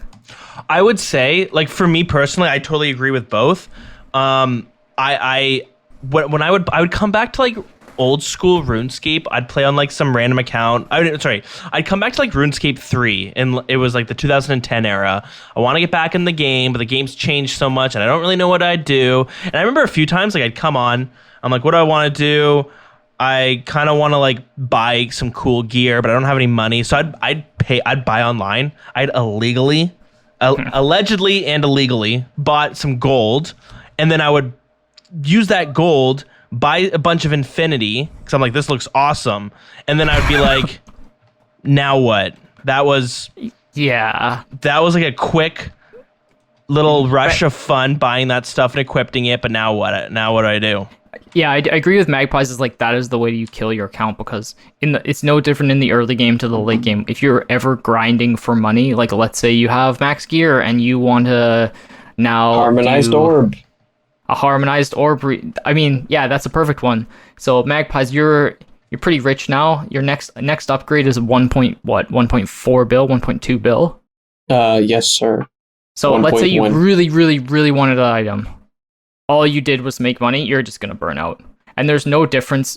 Your ratio of money making is probably no different to an early level player. Like, let's say someone really, really, really wants a Dragon Warhammer or a BGS. For a BGS is a perfect example. Let's say you have like a 1 mil, like a 5 mil bank or something like that. It's in random items and stuff. And you really want a BGS. And your money making methods are just terrible. If you just grind for it, like 200k per hour, you're just going to burn out. It's going to be really, really hard for you. So, yeah, you got to find other ways to sort of other goals, because the money will come slowly. But going back to like the controversial part where like, so I mentioned I bought some gold, I bought some gear because what I wanted to do, the fun, I ruined the game for myself immediately because I was like, now what? I'll sell this gear, buy some more gear, and just like keep recycling it until I slowly run out of money because I'm buying everything at an increased cost. So then fast forward to 2013, 2014, I'm on my account, starting all over again. I'm familiar with the game. I know some early level money makers. Like I was in the Edgeville dungeons getting unidentified herbs because they were not grimy herbs at the time. They're still unidentified. Yep, and then I would units. sell them for 1K each. And it was like not a bad money maker, but also it's not great. But it was good for like starting out. And at some point, my goal was to get 43 prayer, as like most people are, is to get the protection prayers. And that can cost a lot of money, or it can take a lot of time if you're just grinding it out. But what I ended up doing was I went on to my RuneScape 3 account and I swapped all the gold over to my old school account. So it's kind of similar to like buying bonds. And what I did was I just bought a bunch of dragon bones, and then I wasted it all on growing the skill that I wanted to get. I felt like that was a much more effective way to spend money that I didn't earn to bypass some annoying early grind. Yeah. But not a money grind, per se. That's fair. Sense. But yeah, you're right. It's such a dangerous thing. Like you can't be the type of personality that's just going to, keep falling down the rabbit hole and keep buying bonds or buying gold, because it's dangerous. So it's the same as like going to the duel arena. I do not recommend it, but it's just like you don't have to feel bad if you want to do that right like a little bit early. It's okay, but you do have to be careful because it can lead to ruining the game. Yeah, I would say like if there's some grind you're going through, like if you want to get your prayer up, that's probably much safer than buying gear, because I don't know. Use at your own discretion, I suppose. We'll move on to the next email though. This one is from Dustin S. February 10th. He says, I've been listening to your podcast. I'm on episode 23, and I joined your chat on Old School RuneScape. Are you guys still making podcasts? You guys are awesome, and yeah, pretty much. Enjoy listening to you guys at work. My OSRS name is Doodle Snack. Would love to boss with you guys, or PK. Keep doing what you're doing. Also, can I join the Discord? Nope. Doodle Snack, if you're still listening, very sorry it's taking so long to get back to you. I hope you're in the Discord. Hope you've been hanging out in the chat.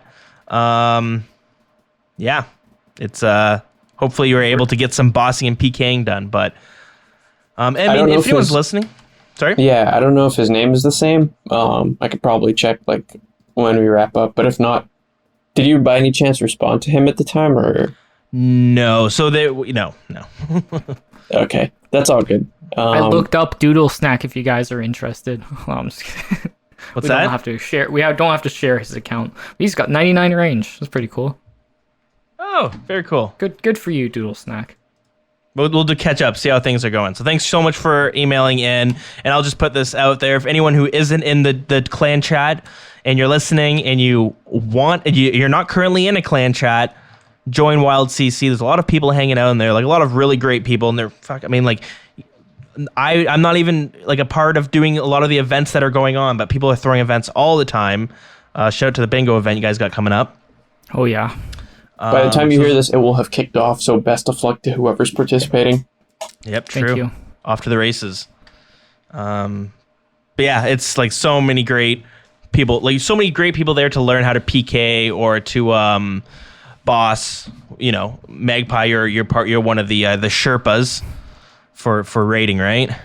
I am indeed, as you would call it, a Sherpa. So if you would ever Sherpa. like to, my private is always on. I've always said my private will, until the end of time, I will not switch to like friends only. So if you ever want to reach out to me in game, feel free to do that if you have any questions, or if you just want to ask about like raiding, if you want to learn a boss, even if it's a solo boss. I like teaching people Zulrah, for example. So anytime you need that, just let me know. There it is. So off to the next email, and we're coming full circle of this one. Matakos1 is back with another email. We're on March 15th. And he says, if old school RuneScape were based off a different year besides 2007 in RuneScape 2 history, what year would you choose and why? Is 2007 the best year, or is your new choice your favorite? Keep up the great work. There are new old school RuneScape podcasts emerging, but yours is still the best, most organized, fun, and comprehensive. Thank you very much. So yeah, to the question, what year would you guys base old school RuneScape off of if you could? 2007, no trading, no wilderness. Iron Man only. Really?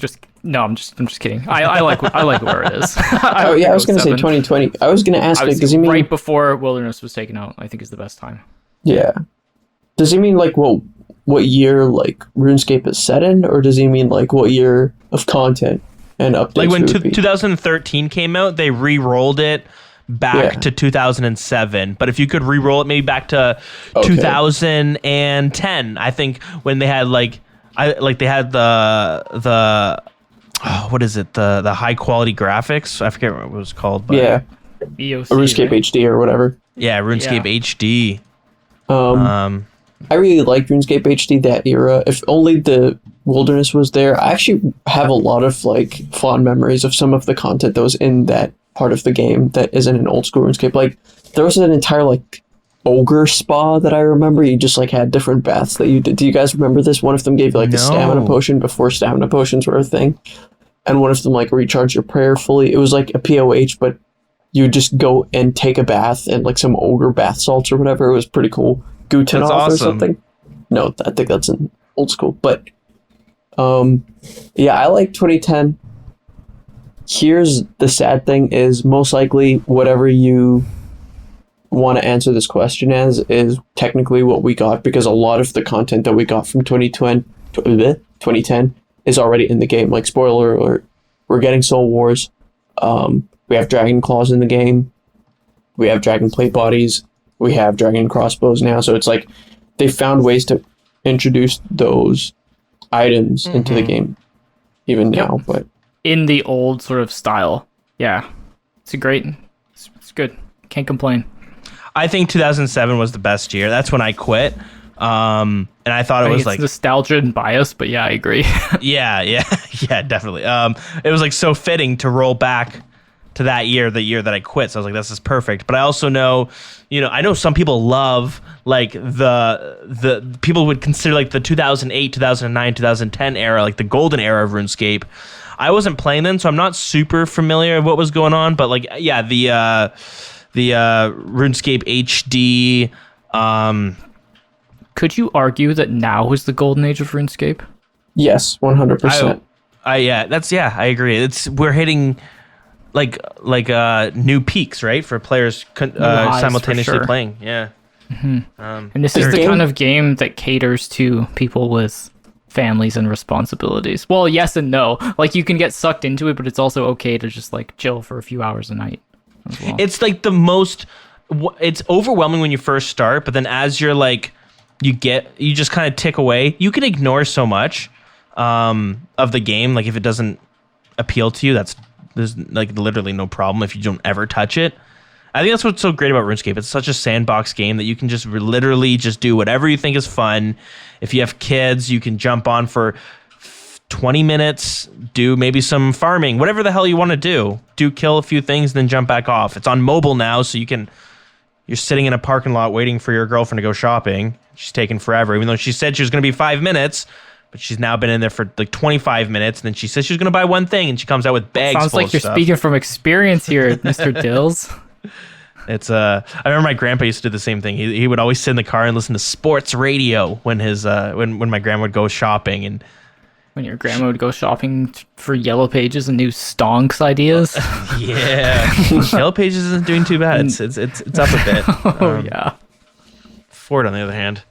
But yeah, it's RuneScape, it's such like it's both like catered to like the super sweat dudes, and also caters to like people who like are super casual gamers, you know what I mean? Yeah. There's something for everyone. You can take it as far as you want or as little as you want and enjoy it. Exactly. So moving on to the next email.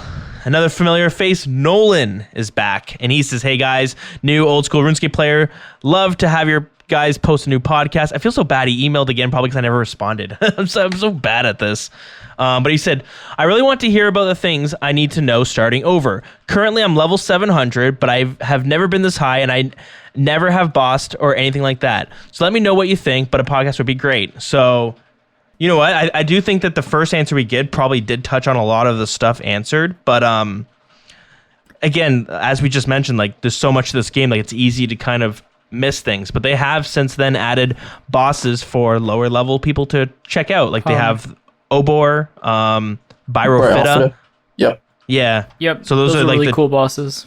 Yeah, and they're a hill giant boss, and they're a moss giant boss, and then they're not super easy. Like you can't just jump in there, but it's definitely good for like a lower level to kind of check out, test the waters.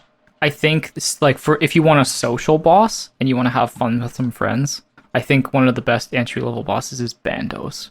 Because you just need a blowpipe, some black d'hide, and 85 range or something, which isn't too unreasonable, and you can go and join people at Bandos and have a fun time. That was one of my first group bosses. It's super easy.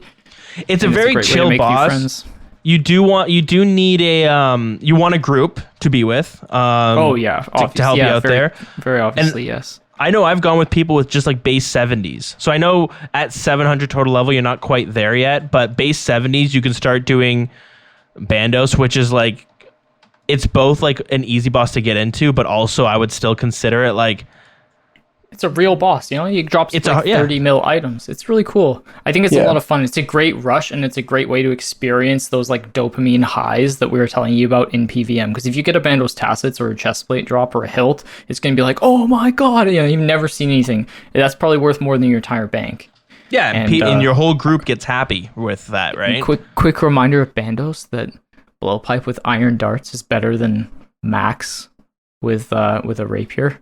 So you just need to sit there with a blowpipe, and you'll even get a bunch of kills too. It's really fun, and you just need to find something willing to tank. And if you're an early game player, I think it's a great boss to get into. So if you can find a world, of course. Yeah, definitely. You want to find a group, someone who's gonna be willing to take a lower level on with you, but RCC has tons of people that will do that for you. So yeah, definitely. And even in the same grouping as Bandos, I would throw King Black Dragon. You can go there with a few people at a low level, and yeah, it's cool for sure. Kind of doesn't jump have the right same into like drop chance, so you won't get the same like crazy level, but it's still a fun boss for sure.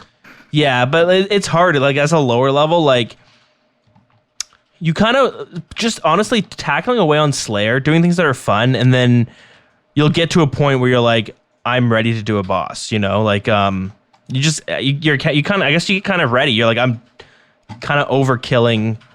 I don't know. So the Gargoyles. thing about Bandos that is better, it's a lot of bosses in this game are solo and they require mechanics. And if you're a lower level player looking to get into bossing, you're probably not very mechanically skilled. Like you can click on the boss, which is why Bandos is perfect, because you just sit there with the prayer up and you just click the boss and you chill, and your friend does the hard tanking work for you. But a lot of the other bosses are kind of tricky to get into. Like, what are some other good examples? Yeah, KBD is another good one. Like you just kind of click it and you just bring your stuff, and that's what you want getting into bossing. Is very, very, very simple. Like there's some bosses, like as a low level, you wouldn't even know this, but once you start getting to the end game bosses, you have to dodge things, you got to switch different weapons and different prayers. Zulrah is one that I don't like. I think it's a good goal to get to Zulrah, but I don't think it's a good place to start because it's quite intense. Yeah. And you need to be able to know how to switch. You need to be able to know how to switch your prayers. You need to memorize patterns. There's a lot going on at Zulrah, and I would even argue that it was harder to learn for me than Chambers of Xeric. Yeah. Corp is another decent one if you at least have people with Warhammers. That's a really good one if you have like a group of 5 or something. Yeah, that's a great shout. I love Corp. And you don't need a Zami spear. You can bring Ruby bolts. Like if you're just wanting to experience bossing at a lower level. Duo Dagonoth Kings is good too. Oh yeah, Dagonoth Kings are a great one as well, actually. If you and your friends are like low levels and you want to go check out Dagonoth Kings, that's a really fun thing to do. Or you can go with an experienced player. Yeah. Many experienced players on task will probably let you come with them and then give you all the drops. You know what I mean? Or split you out at least. Yep. Because they're probably just hunting pets anyways, and they'll get all the kills. And you'll be able to make some money and have a fun time bossing and learn how to do minimal gear switching and stuff like that. I would say, like, if you're a lower level, and this goes for like anyone who's like wants to get into bossing, but they don't know if their account's there or if they are able to do it. Just like whatever CC you're in, hopefully you're in a good one where like you can say, hey, this, check my account out. Can I do any bossing? And like, hopefully you'll have someone be like, yeah, you're weak. You could definitely tag along on a Bandos run. Or you could definitely tag along. You know what I mean? Like you want to be able to go with a group that's going to carry you a bit because it's a lot less stressful. Yeah, and I think going from there into, I think once you've got the one of those entry level bosses done, you can have a taste for it. Maybe you do a few solo bosses, and then you can look to get into either Zulrah or Chambers of Xeric, which I would put on the same kind of level playing field, where you need to be able to know how to switch. You need to know how to switch your prayers, and memorize a few things at least. You need to have a little bit of more game knowledge to do those bosses. So I think people sometimes rush Zulrah a little bit too early. It can be tough to get into, and it's suggested just because it's such good money. And Vorkath isn't suggested as much. It's just as good money, I think, even better. But Vorkath takes a lot more questing to get to. Yeah, but yeah, as a 700 total level, maybe take a look at Obor and Byrofita, but also go on the wiki. There's some options for sure. Wintertodt, yeah, that's like. That's some would consider that a boss. But yeah, it is. You get loot from it, so it's kind of cool. There's a kill count. Yeah, definitely. Yeah, that's actually a really good call. That could be when you just need 50 fire making. Yeah, take a look at the guide, see what levels they recommend on the wiki. 700 total. You're probably like level 60 or something. So. Yeah. Okay. I would maybe get your stats up a little bit and then look to get into bossing. Definitely. So moving on to the next one. Oh, we forgot to mention Barrows. Very, very, very good way to start. I would call it bossing. It's very much entry level. Not quite. You don't need nearly as much as you do for, say, Bandos. You need lower levels. But if you're like base 70s, you could definitely do some Barrows. Yep. Yeah, and it's a little tough. It can be tough if you don't know what you're doing. If you go in blind, probably get smacked. You're going to go and watch a video, and you're going to be able to just search out the content by the time you're level base 70s, I would say. Mm-hmm. So, just look up a YouTube guide and give it a go. It's not too hard, and it gives you that rush. There's some really, really expensive items that you can get. You can get like an Aram's if you're chest, lucky, it's chain skirt, couple mil would be huge for an account that's base 70s. The drop rate for a Barrows item is like not bad. Was it 1 in 16, I think? Yeah, it's 1 in 16 if you kill all, or is it 1 in 16 or 1 in 6? Pretty sure it's 1 in 16 if you kill all 6. Yeah. Yep. Yeah. Okay, so it's 1 in 16 drop. That's pretty good for any Barrows items. A lot of them are kind of stinker items, but still, if still good though. But I mean, they're think about exciting it, the kind to of get. account that's going there probably only has maybe a mil or two bank. So even if you get a stinker of an item like that's a couple 100K, hey, that's something for you, right? And if you buy you're some potions, if you're like brand new to the game and you haven't like played this that much before, any Barrows item is so fucking sick. I remember like they look getting cool, a man. coif way back in like 2007, whenever, and I thought it was like the coolest looking piece of gear. I'd rock it everywhere I went. Like the gear you get from that is pretty cool. Like I still on my main have a Torag's top and bottom just because and at least a good third of the items are valuable there. So you got a good chance. Yeah, you get some real solid ones. All right, moving on to the next one. This is from Jake F, July 9th. And he says, I've been listening for about 2 weeks now. I've started on episode 1, and I listen every day at work. I'm an electrician, so it's nice to just listen about RuneScape. I play RuneScape 3, but I started up my OSRS because of this podcast. I started playing back in 2002 and took a 14-year break, possibly even longer, but I've been playing again since 2017. Anyways, I would like to join your Discord server, and also I would really love if you started the podcast up again.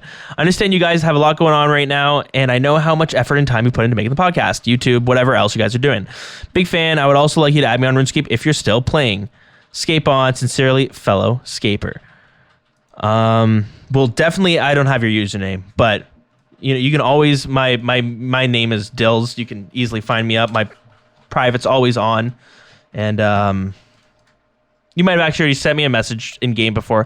Not too sure, but yeah, 14. I think it's interesting when somebody takes like a 14-year break. That's not even a break. You just didn't play the game. I don't know. I've met people like that though, where they're just like, oh, I haven't played. Like I played it in like 2005, and then I never played it again until 2020. I haven't stopped high school. I just took a long break. I'm planning to go back. RuneScape 3 is it's a game that I've tried to get into so many times. Have you guys tried like the today's RuneScape 3? Yeah, totally different beast. Do you guys ever try to I've never get tried into it. It looks more like a World of Warcraft. There's like tons of hotkeys. Yeah, there is. Yeah. Which is not really something that I like the simplicity of old school. Yeah, that's fair. I think the monsters look really cool. There's some really cool bossing in RuneScape 3. There's a lot of mechanics that I do actually like. I really don't like the character models, though. Like your player character, like the... Yes, I agree with you. Monsters look cool, but the human characters look so silly to me. I've gone on like the RuneScape wiki, like the RuneScape 3 wiki a couple times, just to like read lore on some new update or some new character or something, because I remember like trying to discuss the Temple of Sintistan with somebody. Great quest. They should put it in old school, even if they don't add ancient curses. I love that quest. It's so cool. But I like went down this rabbit hole of like, they added all the like they added Samrock into the game as an actual character, things like that. They all look like PS1 and PS2 characters.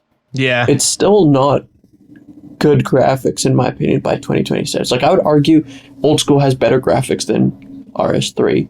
Yes, RS3 has pixel shading. It's got, like, super cool graphics effects. Great, but I don't think it looks good. I think the environment looks really good on RuneScape 3. Like, traversing, like, the world.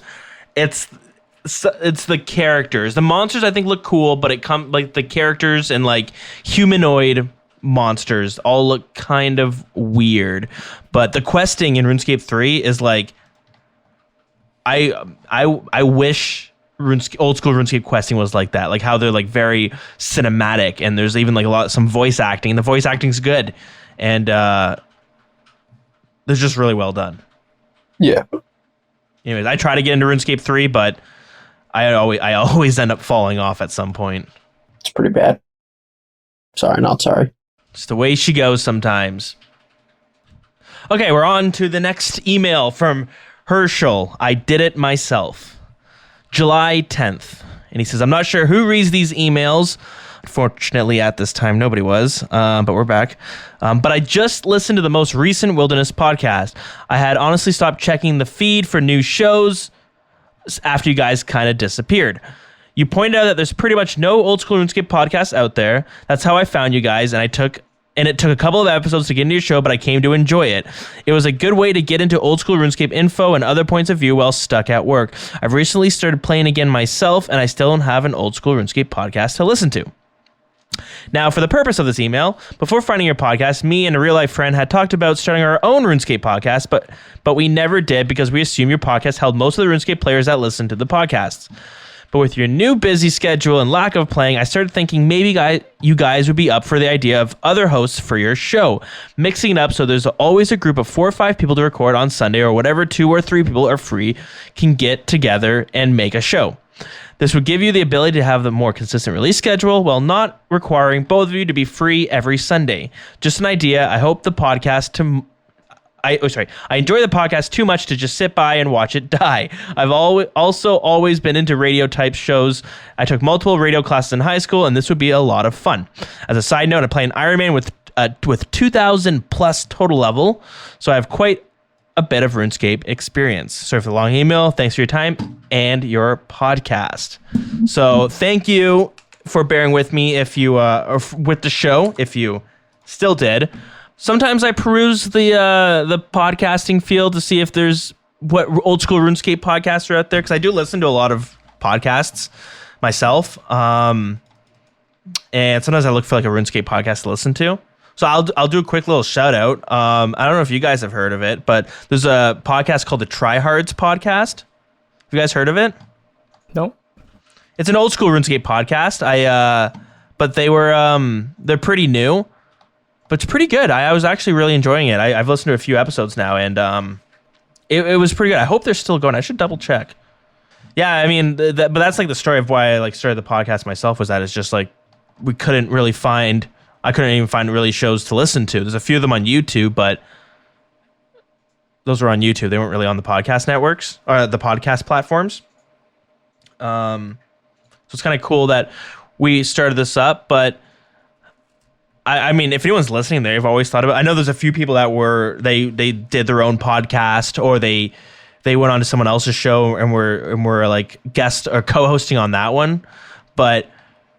Even like I work in podcasting too now, which is really cool. And I think the podcast medium in general, it's a very, it's like very competitive, but also not very competitive. A lot of shows try to share audiences. I don't know. Does that make sense to you guys? Yeah. It does, because people that consume podcasts tend to consume a lot of podcasts. Yeah, that's it. And it's not like, so people try to like reach out to other, if I wanted to, really grow the podcast as much as possible, I would like constantly look for new RuneScape podcasts and be like, let's do crossovers. That's like the best way to grow. True crime is like a really big thing right now in podcasting, and they all massive, share the same audience. But my girlfriend listens to true crime, and she must listen to like 8 different podcasts.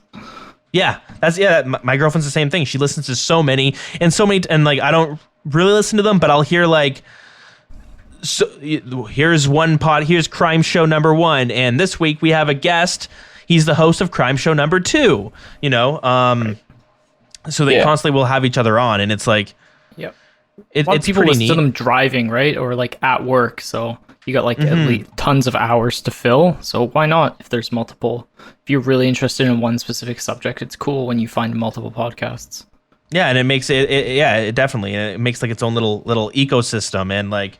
I wish there was a ton of old school RuneScape podcasts that were going. Like RuneScape 3, I know they have 2 solid ones going, but yeah, it'd be great to get a stronger podcast community of old school RuneScape. So if anyone ever wants to like they've thought about starting their own, but they're like, one of my big reservations of starting the old school RuneScape podcast, because it was in 2016 when we started, and I was like, well, the game's already been out for 3 years. Like, it's kind of feels like it's too late to start. I should have started when the game first launched.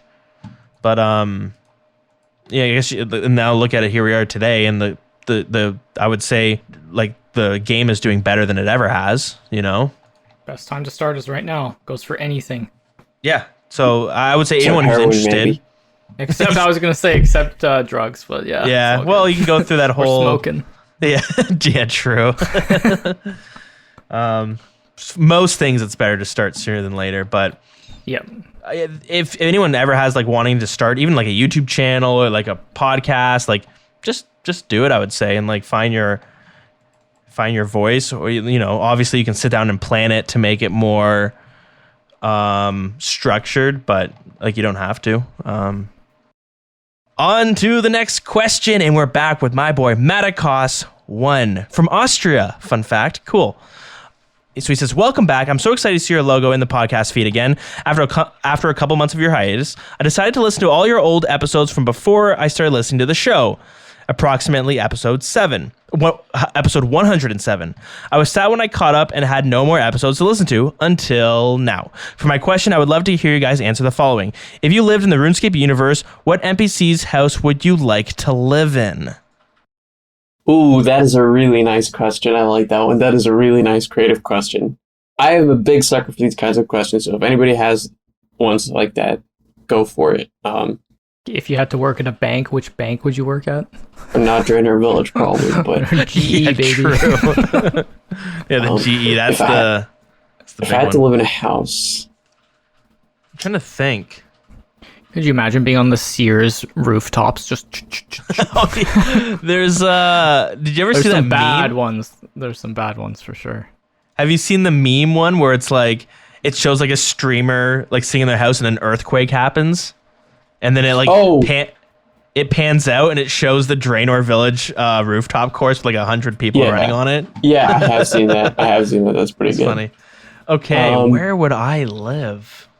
Are we okay? There's two ways to approach this. Are we just going like super simple answer, like, "Oh, this house is pretty cool. Let's go for this house," or are we like taking the world into account? Like, because I was thinking like maybe Varrock Palace, but then I was like, you're gonna live next to the Grand Exchange. It's gonna be loud as hell. There's gonna be like realistically, if you're treating this like a realistic life, there's gonna be shipments coming in and out of the GE.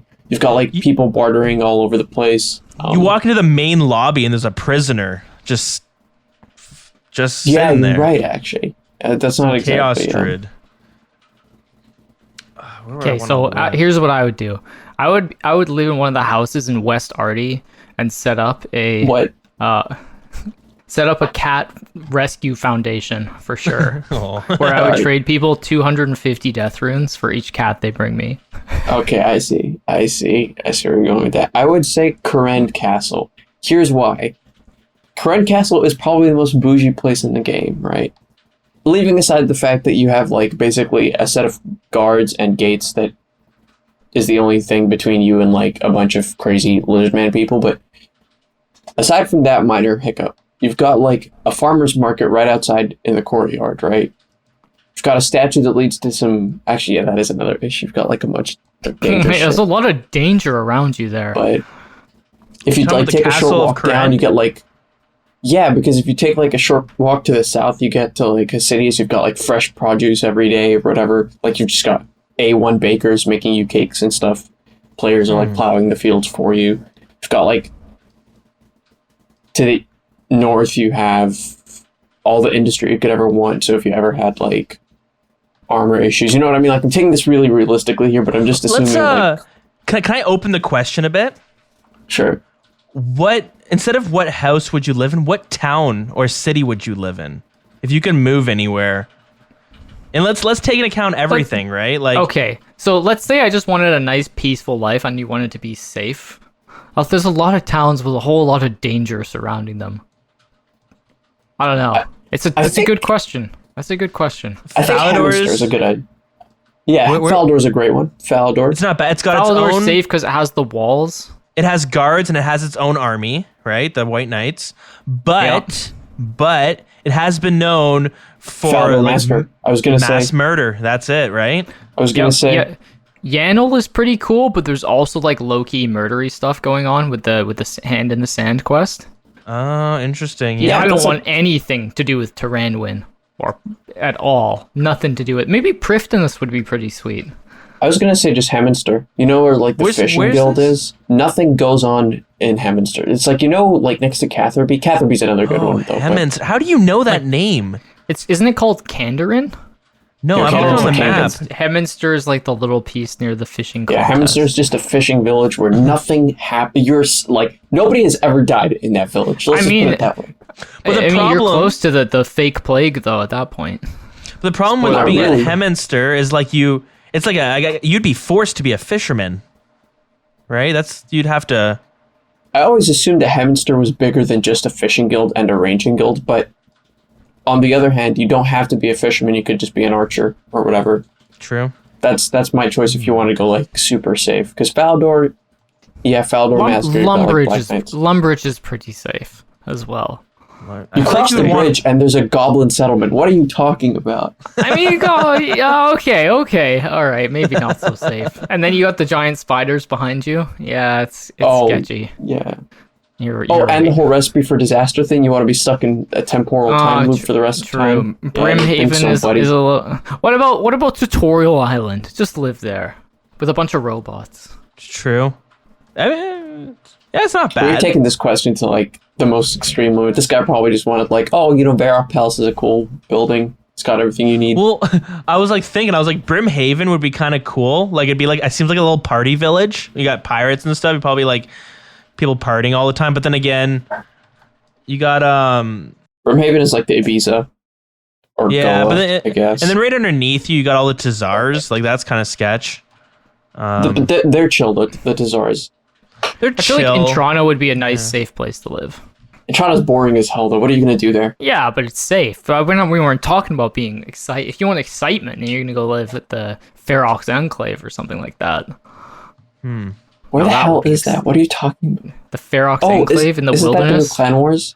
Yeah. Oh, nah. That place is cool. What about Fossil Island?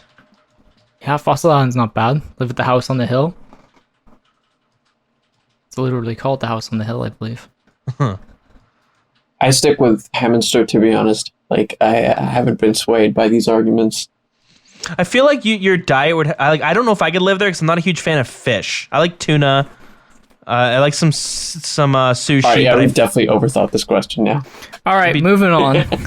Send your answers our way and take everything into account. If you're going to choose Hemster, you got to realize you're going to be eating a lot of fish. If you're going to be living in the Tree Gnome Stronghold, you're probably going to get drafted to the that war that's going on with You're gonna get hit your head on your door frames as well. That's true. You don't want that. Yeah, But the the dwarves cocktails. the gnomes are constantly at war with people. Don't they live open, like in open concepts, no roofs? They live in trees and shit, I think, yeah. Yeah, True. so they literally live in tree houses. I can't imagine what it's like if it rains. You know what? Tree Gnome Stronghold probably wouldn't be too bad though, because you got Gnome Ball. So if you want to go watch like the local Gnome Ball matches, RuneLight should add a weather feature. oh my god, I would love Gnome that so copters. much. They've got gnome copter stills. They got it. Yeah, they got fucking the highest tech. Crazy. Domesticated animals. You're right. Oh man, Got 2 Keldaram banks. might be good. You got which? Two Oh. banks, yeah. Yeah. So true. I'm slowly turning on like the gnome stronghold, to be honest. That's a good one. Would be small though. They probably like But what about the corruption and the whole thing about them hating humans yeah, that's and wanting to wipe them out? Yeah, you Yeah, probably come on, you can't be part of that. you wouldn't. Yeah, that's true. People listening, send us your answers. Let us know why or your thought process. You know, I'm kind of bouncing all over the map, thinking like where I'd want to live somewhere that has walls. Falador seems pretty good. Probably Falador. Falador seems pretty fair. Giant mole being your biggest problems. It's not so bad. Wyson can deal with it. Yeah, so that's all of the emails. Guys, thank you so much for writing in over the course of the year. But with that being said, I am extending the invitation to write us an email at thewilderness.podcast@gmail.com. And once we catch up with our monthly updates, which should be very soon, hopefully, we will start checking the emails way more regularly. But so I apologize for like such a long break. It's rough. It's rough out there as a RuneScape podcast, apparently. But yeah, I guess we'll wrap up. If you guys want to hang out with us in game, Wild CC. If you want to come hang out with us Discord, I would say check the Twitter. It's at the Wilderness RS, and you'll see a link there to join the Discord. So that's the house. There's the housekeeping. I don't know. What are you guys gonna be doing for Christmas this year? It's a weird Christmas for most people. It's just me and my girlfriend for Christmas, and we're gonna Skype our families. Even though they live close, we're just in BC. We're not supposed to be mixing households, so we're gonna fair follow enough. the rules, especially because we're all like front-ish line workers. They work at my sister and mom work at the hospital, so Oh, nice. I work. I'm in a school, so you better play it safe. Yeah, fair enough. But pretty chill. A lot of escaping probably and relaxing, baking maybe, cleaning, usual stuff, sleeping. Should I mention that? Yeah, true. When I can. Well, you Things guys slow down on your end, Magpie? Yeah, I will be by myself for the holiday break, but that's not like that's understandable at this point for everybody. But just like probably have like a few virtual get-togethers. Spend like a little bit of time on some work. Try to get started for a new semester coming up. But other than that, I really don't have that much on my plate. So hopefully, I've definitely been back online a lot more. And my biggest like non-serious like life work related stuff, my biggest priority is to churn out like a bunch of podcast content, and so this is already a good step for that. Awesome. Well, we are aligned there. Yeah, I got not much going on. I booked some time off of work, and I plan to be doing a bunch of podcasting as much as I can all throughout the day. I want to fill my days up of like getting caught up, working on some other projects.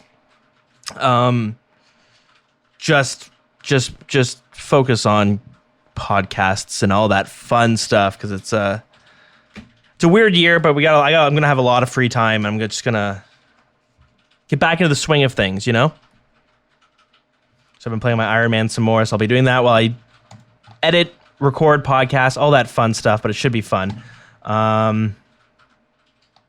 That's pretty much on my end, and I'll say happy holidays, Merry Christmas, whatever you guys are celebrating. I hope you guys are enjoying it. It's a weird year.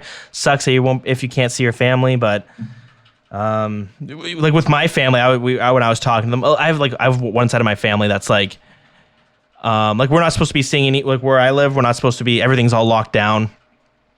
All households are supposed to remain home, but I have my one side of the family that are like, oh, you guys can still come for dinner, but I had to tell them like, no, we don't feel comfortable, and we'll just wait it out. But I'm trying to push for the idea of like, let's have like a Christmas dinner in February or March, or you know what I mean? Like, who cares if it's not in December? It's, you know, push it back. I'm sure it won't be that big of a deal. Yeah, so that's it from my end. Anything you guys want to say before we get on out of here? Nope. Happy holidays. Happy New Year to everybody. This year's been really tough for everybody. It's been a shit year, but there are good things on the horizon, obviously, with the pandemic, hopefully in its latter stages, and with life coming back to some kind of normalcy, whatever the noun is. But stay strong, guys. I know it's been tough, but hopefully we'll be back in podcasting more, and that way at least there'll be even more to look forward to than the little slivers of light that we've had for the past 6 months. One episode every 3 months.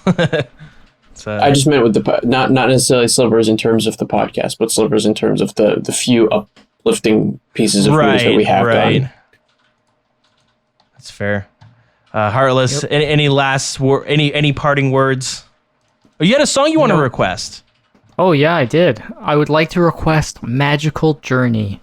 All right, we talked a lot about nostalgia this game. This pod, and Magical Journey just reminds me. It comes from when you're picking flax in Sears Village. And I used to pick flax and spin bows and dump them in the bank and rinse and repeat. And I used to have a damn great time doing it. So I hope you all enjoyed the tune. That's a great tune. Way to bring it back full circle. Yeah, definitely. Good time. So guys, thanks so much for listening, and we hope you enjoy this very special episode, and we will catch you on the next one. Take it easy. Bye-bye.